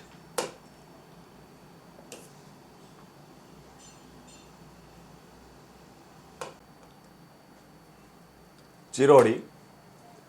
ચિરોડીમાં આપણે કેટલી વસ્તુ કરવાની છે? યાદ કરો કે ત્રીજા નંબરે આપણે કીધું હતું કે ડોગે ચીરા પાડી દીધા છે. તો એના પરથી યાદ રાખ્યું હતું કે ડોલોમાઇટ હોય, ગ્રેફાઇટ હોય કે ચિરોડી હોય, એના ઉત્પાદનમાં ગુજરાત ભારતમાં ત્રીજા નંબરે છે. એટલે આપણે ચિરોડીમાં શું યાદ રાખવાનું છે કે ત્રીજા નંબરે ચિરોડીના ઉત્પાદનમાં ગુજરાતનું સ્થાન ભારતમાં છે, ત્રીજા નંબરનું. પછી ચિરોડી મેં તમને ઓલરેડી એના ઉપયોગ પીઓપીમાં છે, પછી ખાતર ઉદ્યોગમાં છે, પછી એનું રાસાયણિક સમીકરણ CaSO4 2H2O છે, એનું બીજું નામ છે જીપ્સમ છે. આ બધી જ વસ્તુ મેં તમને ભારતના ખનિજમાં ઓલરેડી ચિરોડીનો ઉપયોગ શું છે, એનું રાસાયણિક સમીકરણ શું છે, એનું બીજું નામ શું છે, આ બધું જ વસ્તુ મેં તમને ભારતના ખનિજમાં ભણાવી જ દીધું છે. અહીંયા ગુજરાતનો જેટલો પોર્શન બાકી છે એને તમારે કેવી રીતના યાદ રાખવાનો છે એના પર ખાલી ફોકસ કરો. બાકીનું બધું અપ ટુ ડેટ છે. ખાલી એટલું યાદ રાખો કે ચિરોડીના ઉત્પાદનમાં ગુજરાતનું સ્થાન ભારતમાં કેટલામું છે? ત્રીજું છે. ચિરોડી ગુજરાતમાં ક્યાંથી મળે છે? તો એટલું યાદ રાખો કે ચિરોડી માટેની એક મુખ્ય વાત યાદ રાખજો, જ્યાંથી દરિયો પાછો ખસ્યો હોય ત્યાંથી આપણે ચિરોડી પ્રાપ્ત થતી હોય છે. આ GCERT અને યુનિવર્સિટી ગ્રંથિ નિર્માણ બોર્ડની બુકમાં આવો પોઈન્ટ લખ્યો છે કે ચિરોડી ક્યાંથી મળે? જ્યાંથી દરિયો પાછો ખસ્યો હોય ત્યાંથી મળે. એટલે એટલું યાદ રાખો કે દરિયાકાંઠે સારી મળે. ઓકે, તો આ છે કચ્છ અને એનો દરિયાકાંઠે સામે અહીંયા છે દેવભૂમિ દ્વારકા અને અહીંયા છે જામનગર. ચિરોડી ક્યાંથી મળે? જ્યાંથી દરિયો પાછો ખસ્યો હોય ત્યાંથી. તો ગુજરાતમાં ચિરોડીનું સારામાં સારું ઉત્પાદન કોણ કરે છે? કચ્છ, દેવભૂમિ દ્વારકા અને જામનગર. કારણ કે જ્યાંથી દરિયો પાછો ખસ્યો હોય અથવા તો દરિયાનું પાણી આવજા કર્યું હોય ત્યાંથી ચિરોડી સારામાં સારી મળે. તો અહીંયા આવી વસ્તુ થયેલી છે. તો કચ્છ, દેવભૂમિ દ્વારકા અને જામનગરમાંથી ચિરોડીનું ઉત્પાદન સારું થાય છે. ચિરોડીના ઉત્પાદનમાં ભારતમાં ગુજરાતનું સ્થાન ત્રીજું છે. ચિરોડીનો ઉપયોગ ઓલરેડી આપણે આગળ ભણી ગયા છે. ખાલી એટલું યાદ રાખજો કે જામનગરમાં સત્તાપર નામનું એક સ્થળ છે, એ ચિરોડીના ઉત્પાદન માટેનું મુખ્ય કેન્દ્ર ગણાય છે. તો આ સવાલ પૂછી શકાય. આમે યાદ રાખજો ને, જામ બાપુ થઈ ગયા આપણા, જામ રણજીતસિંહજી મહારાજ. એના પરથી આપણું જામ લખાજી, જામ રણજીતસિંહજી મહારાજ ને એ બધા જે રાજાઓ થઈ ગયા એના પરથી યાદ રાખજો જામ રાજાની સત્તા. તો જામનગરમાં એક પ્લેસ યાદ રાખવાનું છે, સત્તા ઉપરથી યાદ રાખજો. સત્તા પર શેના માટે ઇમ્પોર્ટન્ટ છે? ચિરોડી માટે ઇમ્પોર્ટન્ટ છે. એટલું ક્લિયર? ઓકે, આગળ. ફાયર ક્લે શબ્દ જ તમને સમજાવે છે કે ફાયર ક્લે, ક્લે એટલે માટી અને ફાયર એટલે અગ્નિ. અગ્નિજીત માટી. ફાયર ક્લેનું બીજું નામ છે અગ્નિજીત માટી. શું કામ ફાયર ક્લે કહેવામાં આવે છે? તો બધા માટીની જેવી જ માટી છે, પણ 1500 ડિગ્રી ટેમ્પરેચરનું તાપમાન આપો, 1500 ડિગ્રી સેન્ટીગ્રેડ તાપમાન આપો તો પણ આ માટીને કોઈ ફરક ના પડે. એટલા માટે એને કહેવાય અગ્નિ પર જીત મેળવતી માટી અથવા તો ફાયર ક્લે. તો તમને એક સવાલ પૂછશે કે ફાયર ક્લે આશરે કેટલા ડિગ્રી ટેમ્પરેચર સહન કરી શકે? 1500 ડિગ્રી સેન્ટીગ્રેડ. એની જેટલી બીજી કોઈ માટી ટેમ્પરેચર સહન કરી શકશે નહીં. ઓકે, આટલા માટે આમાંથી ઈંટ બનાવવામાં આવે. ઈંટને ઇંગ્લિશમાં કહેવાય બ્રિક્સ, અને ફાયર ક્લેનો ઉપયોગ કરીને જે ઈંટ બનાવવામાં આવી એને કહેવાય ફાયર બ્રિક્સ. ઓકે, તો ફાયર બ્રિક્સ એટલે શું? આપણે જે ચૂલાનો ભઠ્ઠો આવતો હોય મોટા જે હોય, તો એ ચૂલાના ભઠ્ઠામાં ઈંટ હોય ને, એ આપણી નોર્મલ ઈંટ એટલે કે આપણી નોર્મલ બ્રિક્સ ન હોય. નહીંતર તો ચૂલા ઉપર કંઈક પકાવવા મૂક્યું હોય પીઝા બીઝા બનાવવા માટે, અને આવે છે ચૂલો ભમ દેખાનો નીચે, અને કે પીઝા ક્યાંથી ગયા? નીચે લઈ લે હવે ત્યારે. તો એવી રીતના ત્યાં સામાન્ય બ્રિક્સનો ઉપયોગ થાય નહીં, કારણ કે ખબર છે કે આખો ભઠ્ઠો 24 કલાક ગરમ રહેવાનો છે, તો ત્યાં નોર્મલ હીટ કરશો તો એ તો 2 દિવસ ચાલશે, પછી ચૂરો થઈ જશે. તો ત્યાં આગળ કઈ બ્રિક્સનો ઉપયોગ થાય? Fire BRICS. તો એટલું યાદ રાખજો, ફાયર ક્લે, ક્લે એટલે માટી. મેં તમને કહી દીધું માટીનો ઉપયોગ બધે કોમન. રિફ્રેક્ટરી ઉદ્યોગ, ફાઉન્ડ્રી ઉદ્યોગ, મેંગલોરી નળિયા, વાસણો બનાવવા, પોટરી બનાવી, કુંભારી કામ કરવું, બધે કોમન. પણ એક શબ્દ યાદ રાખજો, ફાયર બ્રિક્સ, જેનો ભઠ્ઠીમાં એમાં બધી જગ્યાએ જે ઈંટ વપરાય એ આવ હોય, ફાયર બ્રિક્સ. તો ફાયર ક્લે એટલે એટલું યાદ રાખો, ગુજરાતની ઉપર અહીંયા રાજસ્થાન છે, અહીંયા મધ્યપ્રદેશ છે, આ ગુજરાત છે. તો ગુજરાત પેલો પુષ્પાનો ડાયલોગ મારે છે કે પુષ્પા ફ્લાવર સમજે કા ફાયર હે. તો એવી રીતના યાદ રાખજો, આપણો ગુજરાતનો પુષ્પા બોલે છે કે પુષ્પા હે કે ફાયર હે, બરાબર.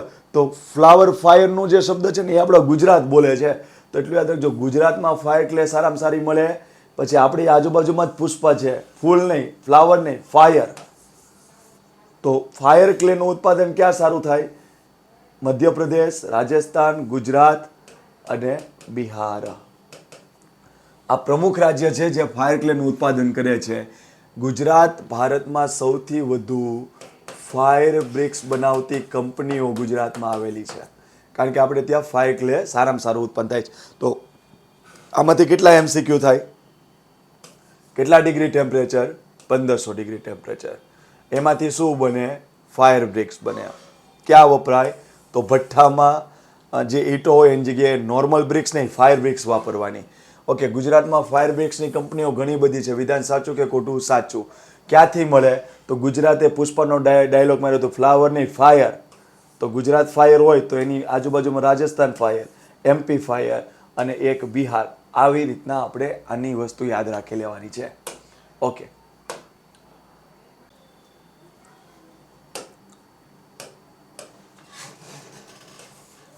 વધારાનામાં શું જોવાનું છે? કોલસો,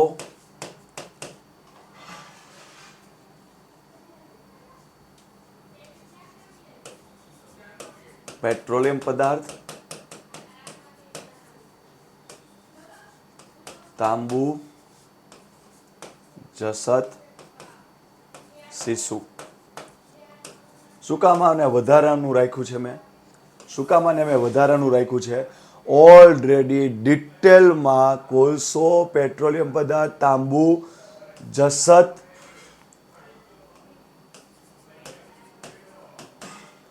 ઝિંક અને સીસુ ઓલરેડી આપણે આગળના ખનિજમાં ભણી જ ગયા છીએ. એટલા માટે આને મેં વધારાનું શું કામ રાખ્યું કે એમાં થોડું જે ગુજરાતની વાત કરવાની છે એને આપણે ખાલી જોવાનું છે. ક્લિયર?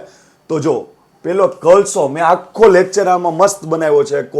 કોકિંગ, નોન કોકિંગ, બધી જ વસ્તુ જેટલું મને ખબર હતી એટલી બધી જ વસ્તુ મેં કોલસાની ખનિજના લેક્ચરમાં કહી દીધી છે. ખાલી અહીંયા ગુજરાતનું કેટલું તમારે યાદ રાખવાનું છે જોજો. આને આમ યાદ રખાય કોલસો. જો મેપિંગથી યાદ રાખવાનું તો મને વિશ્વાસ છે કે લાંબો સમય યાદ રહેજો. અહીંયા એક જિલ્લો છે, અહીંયા એક જિલ્લો છે. આ બે જિલ્લા અહીંયા આમને સામને છે. અહીંયા પણ ભ છે અને અહીંયા પણ ભ છે. અહીંયા જે જિલ્લો છે એનું નામ છે ભાવનગર અને અહીંયા જે જિલ્લો છે એનું નામ છે ભરૂચ. અને ભરૂચની નીચે અહીંયા તમે જોશો ને તો અહીંયા હશે સુરત, બરાબર, અને અહીંયા કચ્છ હશે. તો કોલસાની વાત આપણે યાદ રાખવાની ત્યારે એટલું યાદ રાખવાનું કે અહીંથી હું નીકળું છું, આવી રીતના એંગલ બનાવવાનો આપણે. જો કોલસામાં કે ભ તો આવશે જ, ભ તો આવશે જ. ભરૂચની એક્ઝેક્ટ નીચે સુરત હોય એટલે જો આમ ભરૂચ, સુરત, પછી અહીંયા આવ્યા ભાવનગર અને પછી આવ્યા કચ્છ.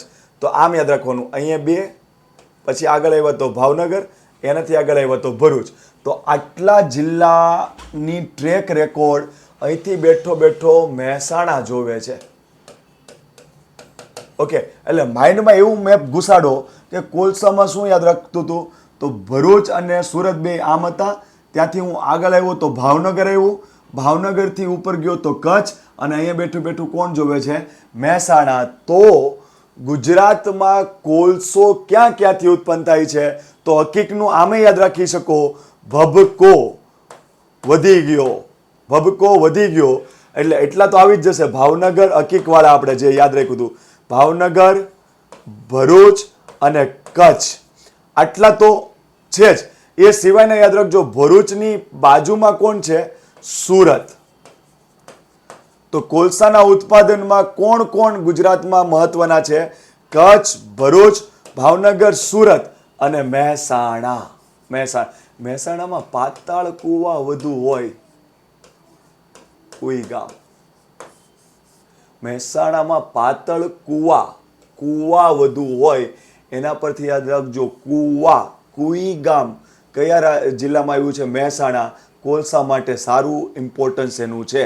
ભરૂચમાં આમ યાદ રાખજો, ભૂરી. જ્યારે મારા રાજ હતા ને ત્યારે હું બધું ભરી દેતો હતો. દેવું તમે જે પણ કર્યું હોય, પૈસા કરી હોય તો હું બધું ભરી દેતો હતો. હવે રાજ ગયા તો ભરૂમાં આમ યાદ રાખજો કે આપણે શું કહે છે?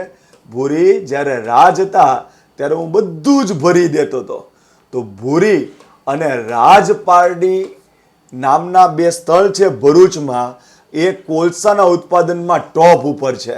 સુરતમાં તડકો લાગે છે. સૂર્યપુત્રી તાપી કહીએ છે ને, તો તડકો લાગે છે. તડકેશ્વર. તો સુરત જિલ્લામાં તડકેશ્વર આવ્યું છે, ત્યાંથી કોલસો સારામાં સારો મળે છે. આ શું કામ મહત્વનું છે સાહેબ? જીસીઆરટીમાં કમ્પ્લીટ ઉલ્લેખ આપ્યો છે, એટલે પેપર તમારું અઘરું કરવું પડશે તો અહીંથી કાંઈ કામ કરશે. તો મહેસાણામાં પાતાળ કુવા વધુ છે, તો કુઈ ગામ મહેસાણામાં. ભરૂ તો શું કહેતા હતા? ભૂરી. જ્યારે અમારા રાજ હતા ને ત્યારે અમે બધું ભરી દેતા હતા. ભૂરી અને રાજપારડી ભરૂચ જિલ્લામાં રાખો. સુરતમાં સૂર્યપુત્રી તાપી, તો એના પરથી યાદ રાખો તડકો લાગે છે સૂર્યનો. સુરતમાં તડકેશ્વર. ભાવનગરમાં શું કરું છું? થોરડી તગડી. ઓકે, તગડી. કોને તગડીઓ? સામંતને તગડીઓ. એટલે શું કરું છું? થોરડી તગડી. ડી.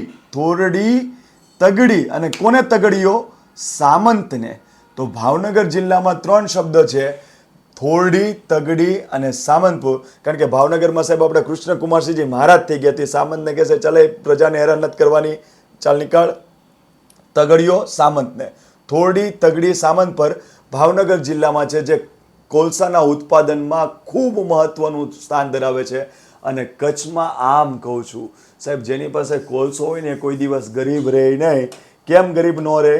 કારણ કે સાહેબ કોલસાનું ઉત્પાદન કરતું હોય, પૈસો જોરદાર મળે. એટલે હું શું કહું છું ખબર છે? કચ્છમાં કોલસો બહુ જોરદાર મળે છે. અને ગુજરાતમાં જે કોલસો મળે છે ને, એ નિમ્ન કક્ષાનો મળે છે, શ્રેષ્ઠ કક્ષાનો નહીં. આપણે ત્યાં કોલસો મળે છે કેવા પ્રકારનો મળે છે? લિગ્નાઇટ. મેં આગળના કોલસાના લેક્ચરમાં અપ ટુ ડેટ તમને સમજાવી દીધું છે. તો એટલું યાદ રાખજો, ગુજરાતમાં શ્રેષ્ઠ કક્ષાનો કોલસો મળે છે, વિધાન ખોટું. ગુજરાતમાં નિમ્ન કક્ષાનો કોલસો મળે છે, વિધાન સાચું. કયો? એન્થ્રેસાઇટ, બિટુમિનસ, લિગ્નાઇટ કે પીટ? લિગ્નાઇટ. આટલું ક્લિયર? તો કોલસો કચ્છમાં સારામાં સારો મળે છે. તો હું શું કહું છું ખબર છે?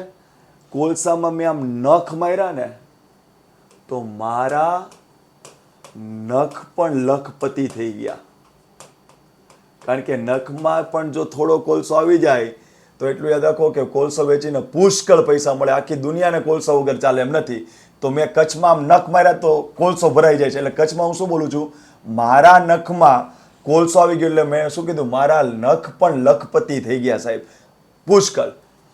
માંડવી, રાપર, નખત્રાણા અને લખપત, આ 4 રીઝન એવા છે કે કચ્છ આખા ગુજરાતમાં સૌથી સારામાં સારું કોલસાનું ઉત્પાદન કરે છે. કયા પ્રકારનો? લિગ્નાઇટ. અને એમાં 4 સ્થળ કયા કયા છે? માંડવી, રાપર, નખત્રાણા, લખપત. અને યાદ રાખજો, અઘરું પેપર નીકળશે ત્યારે તમે યાદ કરશો કે આપણે ભલે થોડી વાર લાગી, થોડી મહેનત વધુ કરી, પણ જ્યારે પેપર નીકળશે ત્યારે ખબર પડશે કે આપણે મહેનત ભલે કરી, થોડો સમય લાગ્યો, કદાચ 2 મહિના લાગ્યા, પણ આપણે એક્ઝામમાં ઈ ન જશું. ઓકે, તો એટલું યાદ રાખજો કે લખપતમાં છે ને સ્થળો થોડા યાદ રાખવાના છે, કારણ કે મોસ્ટ ઇમ્પોર્ટન્ટ છે કચ્છમાં કોલસો. તો લખપત છે ને, લખપત. તો એટલું યાદ રાખજો. તું લખપતિ કેમ થયો? માતાના આશીર્વાદ મળ્યા એટલા માટે. પાન કોણ ખાય? મીઠું પાન કોણ ખાય? નાના બાળક ના ખાય. ઉંમરમાં જેની ઉંમર મોટી હોય, જે ઉંમરમાં મોટા હોય, પાન કોણ ખાય? ઉંમરમાં જે મોટા હોય એ ખાય. ઓકે, તો લખપતિ છે ને, લખપતિ કચ્છમાં લખપત, એમાંથી 4 પ્લેસ આપણે ગોતવાના છે કલસા માટે. તો એને કેવી રીતે યાદ રાખવાનું? લખપતિ કોણ થાય? તો એટલું યાદ રાખવાનું, માતાનો આશીર્વાદ મળ્યો એટલે લખપતિ થઈ ગયો. ઓકે, અને લખપતિ થયા પછી શું ખાતા હતા? પાન. પાન કોણ ખાય? ઉંમરમાં જે મોટા હોય એ. તો મોસ્ટ આઈએમપી છે માતાનો મઠ લખપત તાલુકામાં કચ્છમાં આવેલો છે, કોલસાના ઉત્પાદન માટે જોરદાર. આટલું ક્લિયર? પાંદરો કચ્છમાં આવ્યું છે, લખપત તાલુકામાં કોલસાના ઉત્પાદન માટે જોરદાર. ઉમરસર, ઉમરસર કચ્છમાં આવ્યું છે, કોલસાના ઉત્પાદનમાં જોરદાર. મોટાની આગળ અકરી, અકરી મોટા કોલસાની ખાણો આવેલી છે કચ્છમાં લખપત તાલુકામાં. હવે એમ તો યાદ રાખો કે તમને એવું પૂછે છે કે આ પ્લેસ કયા તાલુકામાં છે, તો તમને કચ્છમાં તમને 4 તાલુકા યાદ રહી ગયા. જોઈ લો, કચ્છના 4 તાલુકા પણ યાદ રાખી લીધા. નાનું નાનું ચીટકુટ ચીટકુટ ક્લાસ 3માં પૂછતા જ હોય છે. તો કચ્છમાં શું કીધું કે નખમાં કોલસો આવી ગયો એટલે શું કીધું? મારા નખ લખપતિ થઈ ગયા. માંડવી, રાપર, નખત્રાણા, લખપત. અને લખપતિ શું કામ થયા? માતાનો આશીર્વાદ મળ્યા. એટલે તમે પાન ખાતા હતા, તો પાન કોણ ખાય? ઉંમરમાં જે મોટા હોય એ. ઉમરસર, પાંદરો, અકરી મોટા, માતાનો મઢ. એટલું કરી લો એટલે એને જ્યાંથી સવાલ પૂછવો એ આમથી આમ કરી શકશે નહીં. એટલું ક્લિયર? ઓકે.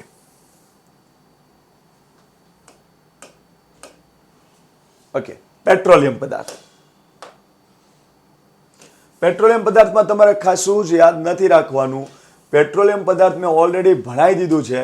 ખાલી એટલું યાદ રાખજો કે પેટ્રોલિયમ પદાર્થ અહીંયાથી નીકળે છે, અહીંથી નીકળે છે. ઓકે, એટલે કચ્છના અખાતમાંથી નહીં, ખંભાતના અખાતમાંથી. એટલે પહેલો સવાલનો જવાબ શું કે ગુજરાતમાં પેટ્રોલિયમ પદાર્થ મળે છે, એ ક્યાંથી મળે છે? તો તમારે કહી દેવાનું સાહેબ, ખંભાતના અખાતમાંથી અને એની આસપાસના વિસ્તારમાંથી આપણે પેટ્રોલિયમ પદાર્થ મળે છે. આટલું ક્લિયર? એટલે કોઈ પણ પ્લેસ ગોખવાનું નહીં. તમારે એમ યાદ રાખવાનું કે અહીંથી બહારનું કોઈ પ્લેસ હોય તો એને તમારે કાઢી નાખવાનું. અહીંયા જ હશે પેટ્રોલિયમ પદાર્થ વાળું પ્લેસ, અને જ્યાંથી પેટ્રોલિયમ પદાર્થ મળે ત્યાંથી જ કુદરતી ગેસ મળે. એટલે આની સિવાયનું કોઈ પ્લેસ હોય એને કાઢી નાખવાનું. એટલે ખંભાતમાંથી મળ્યું. હવે જો ખંભાતમાં તમે જોશો ને તો અહીંયા જો આ હોય ને, આ એ ભાવનગર જિલ્લો હોય, એના ઉપર અમદાવાદ જિલ્લો હોય, પછી અહીંયા આણંદ જિલ્લો હોય, અહીંયા ખેડા જિલ્લો હોય ને અહીંયા મહેસાણા જિલ્લો હોય. તો આ આણંદ હોય, તો આ ખેડા હોય, તો અહીંયા મહેસાણા ઉપર આવે. પછી અહીંયા તમે આવશો એટલે વડોદરા આવશે, અહીંયા આવશો એટલે તમે ભરૂચ આવશે, અહીંયા આવશો એટલે સુરત આવશે. તો આટલા પ્લેસના સ્થળો આપને આવડવા જોઈએ. એમાંથી કયા કયા મહત્વના છે? અહીંયા છે ને આણંદ જિલ્લામાં આવ્યું છે ખંભાત.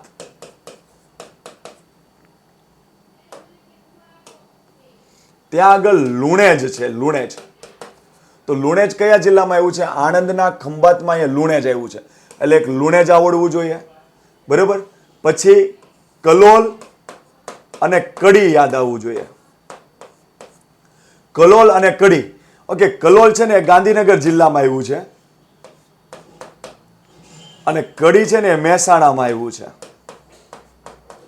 એટલે ખંભાતના અખાતમાં પેટ્રોલ મળે છે, પેટ્રોલિયમ પદાર્થ, પણ તમારે એક્સટેન્ડ અહીંયા મહેસાણા સુધી થવાનું છે, મહેસાણા સુધી. પછી બહુ ઉપર જતા નહીં. હોય તો મારી ના નથી, પણ ઉપર જતા નહીં એટલું હું કહું છું. તો મહેસાણાનું કડી, ત્યાંથી પણ પેટ્રોલિયમ પદાર્થ મળે છે. ગાંધીનગરનું કલોલ અને મહેસાણા. આમે તમને ખબર પડવી જોઈએ કે અમદાવાદ હોય ને, અમદાવાદ એની ઉપર આ બાજુ મહેસાણા છે અને ગાંધીનગર. ગાંધીનગર ને મહેસાણા અમદાવાદ જિલ્લાની એક્ઝેક્ટ ઉપર હશે, એક્ઝેક્ટ ઉપર. આટલું ક્લિયર? તો એટલું યાદ રાખજો, મહેસાણા આ બાજુ હશે, થોડું મારે મિસ્ટેક થયું છે, પણ આમ યાદ રાખો કે અમદાવાદ છે એની એક્ઝેક્ટ ઉપર બે છે, ગાંધીનગર અને મહેસાણા. તો બેયમાંથી પેટ્રોલિયમ પદાર્થ મળે છે. ગાંધીનગરમાં કલોલ, ગાંધીનગરનું, અને મહેસાણાનું કડી. તો લુણેજ યાદ રહેવું જોઈએ. લુણેજ શું કામ યાદ રહેવું જોઈએ? કે 1958માં જ્યારે ગુજરાતમાં સૌપ્રથમ પેટ્રોલિયમ પદાર્થનું સંશોધન થયું તે લુણેજ હતું. લુણેજ અહીંયા આવ્યું છે. પછી કલોલ, કડી, પછી નવા ગામ યાદ રહેવું જોઈએ. ક્લિયર. અને એની સિવાયના આટલા જિલ્લાનું કોઈ પણ સ્થળ, લુણેજ, કલોલ, કડી, નવાગામ, પણ હું અહીંયા તમને જે કહું છું ને એ થોડું ફોકસમાં લોજો. એ વસ્તુ ખાલી તમે એટલું ધ્યાનમાં લઈ લો કે ગુજરાતમાં પેટ્રોલિયમ પદાર્થના સૌથી મોટા ક્ષેત્રો કોને ગણવામાં આવે છે? અંકલેશ્વર ને સૌથી મોટું ક્ષેત્ર ગણવામાં આવે છે. બીજું છે ગાંધાર અને ત્રીજું છે કલોલ. જો ગાંધાર છે ને અંકલેશ્વરને ભવિષ્યમાં ઓવરટેક કરી જશે, પણ એટલું યાદ રાખો કે 3 મોટા પેટ્રોલિયમ પદાર્થના જે ક્ષેત્રો છે કયા કયા? અંકલેશ્વર, ગાંધાર અને કલોલ. ગાંધાર છે ને, ગાંધાર એ તમે જે આ અફઘાનિસ્તાન બાજુની, અફઘાનિસ્તાન પાકિસ્તાનની બોર્ડર ઉપર જે ગાંધાર ને તક્ષશિલા છે એ ગાંધાર નહીં. ક્લિયર. ગાંધાર 2 શબ્દ યાદ રાખજો. ગુજરાતમાંય ગાંધાર છે. એક ગાંધાર તમે હિસ્ટ્રીમાં ભણતા હોય કે અફઘાનિસ્તાન અને પાકિસ્તાનની, અહીંયા જે ગાંધારની વાત કરો તક્ષશિલા, એ નહીં. આ ગાંધાર છે ભરૂચ જિલ્લાના બ્લોકમાં. ભરૂચ જિલ્લાના બ્લોકમાં. એટલે ધારો કે અહીંયા તમે એમ કહેતા હોય ભરૂચ જિલ્લો, તો અહીંયા જે પેટ્રોલિયમ ક્ષેત્ર આવ્યું છે એને ગાંધાર બ્લોક કહેવાય. તો જો અંકલેશ્વર કોની નજીક છે? સુરતની નજીક. ગાંધાર કોની નજીક છે? ભરૂચની નજીક. અને કલોલ કોની નજીક છે? મહેસાણાની નજીક, સોરી ગાંધીનગરની નજીક. તો એટલું યાદ રાખજો, પેટ્રોલિયમ પદાર્થના 3 મોટા ક્ષેત્ર તમને પૂછે તો બીજા કોઈ નામ મોઢામાંથી ના નીકળવા જોઈએ. અંકલેશ્વર નીકળવું જોઈએ, ગાંધાર નીકળવું જોઈએ અને કલોલ નીકળવું જોઈએ. કોની નજીક છે? તો સુરતની નજીક અંકલેશ્વર, એટલે સુરત અને ભરૂચની વચ્ચે અંકલેશ્વર હશે. ગાંધાર એટલે ભરૂચની હેઠળ આવેલું ક્ષેત્ર, હિસ્ટ્રી વાળું ગાંધાર નહીં, ભારતની આ બાજુનું એ નહીં. કલોલ, કલોલ એટલે આપણા ગાંધીનગર જિલ્લાનો પોર્શન કલોલ. આટલું ક્લિયર. તો અહીંથી પેટ્રોલિયમ પદાર્થ મળે છે. એક ગાંધાર બાબતે એ યાદ રાખજો કે ગાંધાર ક્ષેત્રમાં જીસીઆરટી અને મંજુલાબેનમાં એવો ઉલ્લેખ કર્યો છે. ઓકે, આ વિશ્વામિત્રી નદી હોય ને વડોદરાવાળી, તો એને બાજુમાંથી એક નદી મળે, એનું નામ છે ઢાઢર નદી. તો વિશ્વામિત્રી નદીની સહાયક નદીનું નામ છે ઢાઢર નદી. વિશ્વામિત્રીથી નીચે આવો ને એટલે નર્મદા નદી આવે. તો આની વચ્ચે ગાંધારી બેન બેઠા છે. તો ગાંધારનો ઉલ્લેખ આપ્યો છે જીસીઆરટીમાં અને યુનિવર્સિટી ગ્રંથ નિર્માણ બોર્ડમાં કે ગાંધાર ક્ષેત્ર જે પેટ્રોલિયમ પદાર્થ માટે ફેમસ છે એ કઈ 2 નદી વચ્ચે છે? તો તમારે કહેવાનું ઢાઢર અને નર્મદા વચ્ચે. આટલું ક્લિયર. તો એટલું કરી લો એટલે પેટ્રોલિયમ પદાર્થમાં પછી ગુજરાતમાં આમથી આમ નહીં થાય. Quick revision. પેટ્રોલિયમ પદાર્થ અંકલેશ્વર, ગાંધાર, કલોલ. એ સિવાયના પ્લેસ કયા કયા? તો ભાવનગર જિલ્લાનું પ્લેસ નહીં છોડવાનું, અમદાવાદ જિલ્લાનું પ્લેસ નહીં છોડવાનું, ગાંધીનગર મહેસાણા જિલ્લાનું પ્લેસ નહીં છોડવાનું, વડોદરાનું પ્લેસ નહીં છોડવાનું, ભરૂચનું પ્લેસ નહીં છોડવાનું, સુરતનું પ્લેસ નહીં છોડવાનું અને ખંભાતનો અખાત નહીં છોડવાનો. એટલે તમારો જવાબ સાચો જ હશે. ઓકે. અને બે વસ્તુ કહી દઉં, એ તમે ધ્યાનમાં લઈ લો એટલે અઘરું પેપર કાઢે તો પણ તમને ખબર પડી જાય. ગુજરાતમાં જ્યારે સૌથી પહેલા પેટ્રોલિયમ પદાર્થ સંશોધન કરવાની વાત આવી ત્યારે બધાને ખબર છે કે લુણેજમાંથી મળ્યું હતું. 1958માં શરૂઆત કરી હતી. ડેટ આમ તેમ હોય પણ 1958ની આસપાસ. અને એ પ્રોજેક્ટનું નામ હતું વસુધારા પ્રોજેક્ટ. એટલે એટલું યાદ રાખજો, વસુ એટલે ધરા, પૃથ્વી, અને એમાં પેટ્રોલની ધાર થઈ ગઈ હતી કારણ કે ગુજરાતમાંથી મળ્યું હતું સાહેબ. તો વસુધારા પ્રોજેક્ટ અંતર્ગત સૌપ્રથમ આપણે ગુજરાતમાંથી પેટ્રોલિયમ પદાર્થ મેળવવામાં આવ્યું હતું. અને એક ખાસ યાદ રાખો કે જો ભરૂચ બહુ જ મહત્વનું છે. કેમ? કારણ કે અંકલેશ્વર એ ભરૂચ નજીક અને ગાંધાર એ નજીક. તો ભરૂચમાં નર્મદા નદી દરિયામાં આવીને અંત પામે છે ને અહીંયા, તો ત્યાં એક ટાપુ આવેલો છે, એનું નામ છે આલિયા બેટ.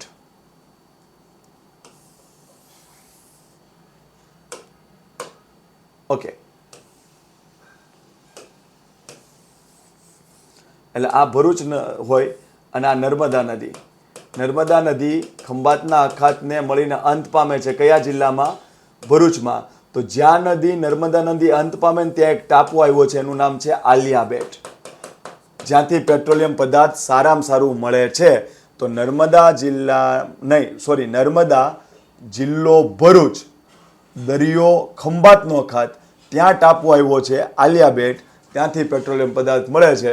એટલે તમારો જવાબ આમથી આમ એક પણ સવાલ ના થાય. ઓકે, હવે લાસ્ટ, તાંબુ, જસત અને સીસુ. તાંબુ, જસત ને સીસુ ક્યાંથી મળે? તો વન એન્ડ ઓનલી બનાસકાંઠાના દાંતા ખાતેથી મળે છે. બાકી મેં તાંબુ ભારતમાં ડિટેલમાં ભણાવી દીધું છે, જસતે ડિટેલમાં, સીસુ પણ મેં તમને ભણાવી દીધું છે ભારતની ખનિજમાં પાર્ટ 1. પણ તાંબુ, જસત ને સીસુ ગુજરાતમાંથી મળે છે એ યાદ રાખજો. અને ગુજરાતમાંથી ક્યાંથી મળે છે? તો અહીંયા બનાસકાંઠાના દાંતાની આસપાસના વિસ્તારમાંથી આ ત્રણ મળે છે. તાંબુય મળે છે, જસતે મળે છે ને સીસુય મળે છે.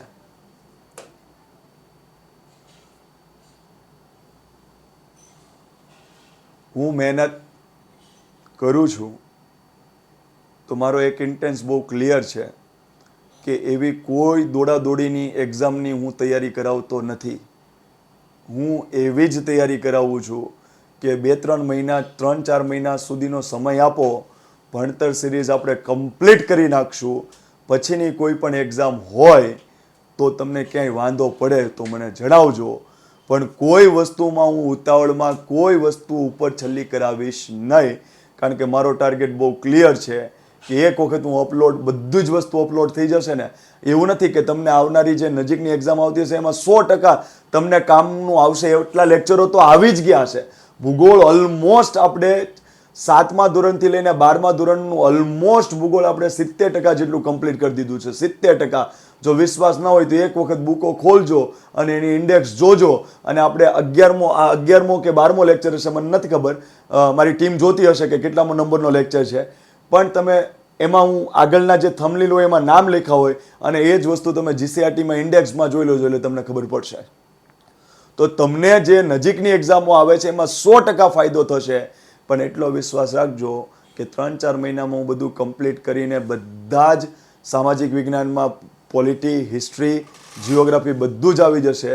અને ત્યારે તમને ખબર પડશે કે સાહેબ આપણે ઘણું બધું જાણીએ છીએ. તો જો આપણો પ્રયત્ન તમને યોગ્ય લાગતો હોય તો વધુથી વધુ મિત્રોને જોડજો. કારણ કે જેટલા હું કનેક્ટ કરીશ ને એટલો મારો પરિવાર મોટો થશે. અને મારું ક્લિયર કટ ગોલ છે કે કોઈ પણ વિદ્યાર્થી જે નવો આવતો હોય સિવિલ સર્વિસીસની તૈયારી કરવા માટે, કે ભાઈ પીએસઆઈમાં આવતો હોય કે કોન્સ્ટેબલમાં આવતો હોય કે તલાટીમાં આવતો હોય કે ડેપ્યુટી કલેક્ટર બનવા આવતો હોય કે ડીવાયએસપી બનવા આવતો હોય, જો એના મનમાં એવો વિચાર આવે કે સાહેબ અમે આ ફિલ્ડમાં નવા છીએ, અમને ખબર નથી, તો હું એક વખત એવો આગ્રહ કરીશ કે એક વખત ભણતર સિરીઝમાં થોડી પણ નજર મારજો. જો તમને યોગ્ય લાગે તો અંદર ડિટેલમાં જોજો.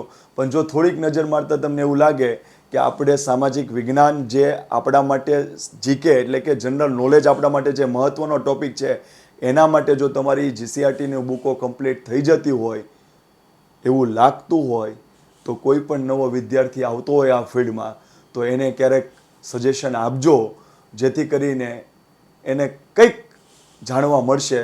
અને એમાં તમારું પણ એક યોગદાન હશે કે તમે કોઈને રેફરન્સ આપ્યો છે. તમને યોગ્ય લાગે તો એની મારે આજીજી ના કરવાની હોય. હું મહેનત કરું છું એટલે મને એટલો વિશ્વાસ હોય કે હું તો મારી રીતના ફોડી જ લઈશ મારે જે કરવાનું છે. પણ તમને જો યોગ્ય લાગતું હોય તો તમે તમારા મિત્રોને પણ શેર કરજો, એમને એક વખત કહોજો કે એક વખત નજર મારી જો, બરાબર? તને અનુકૂળ આવે તો આગળ વધજે. જય હિન્દ, જય ભારત.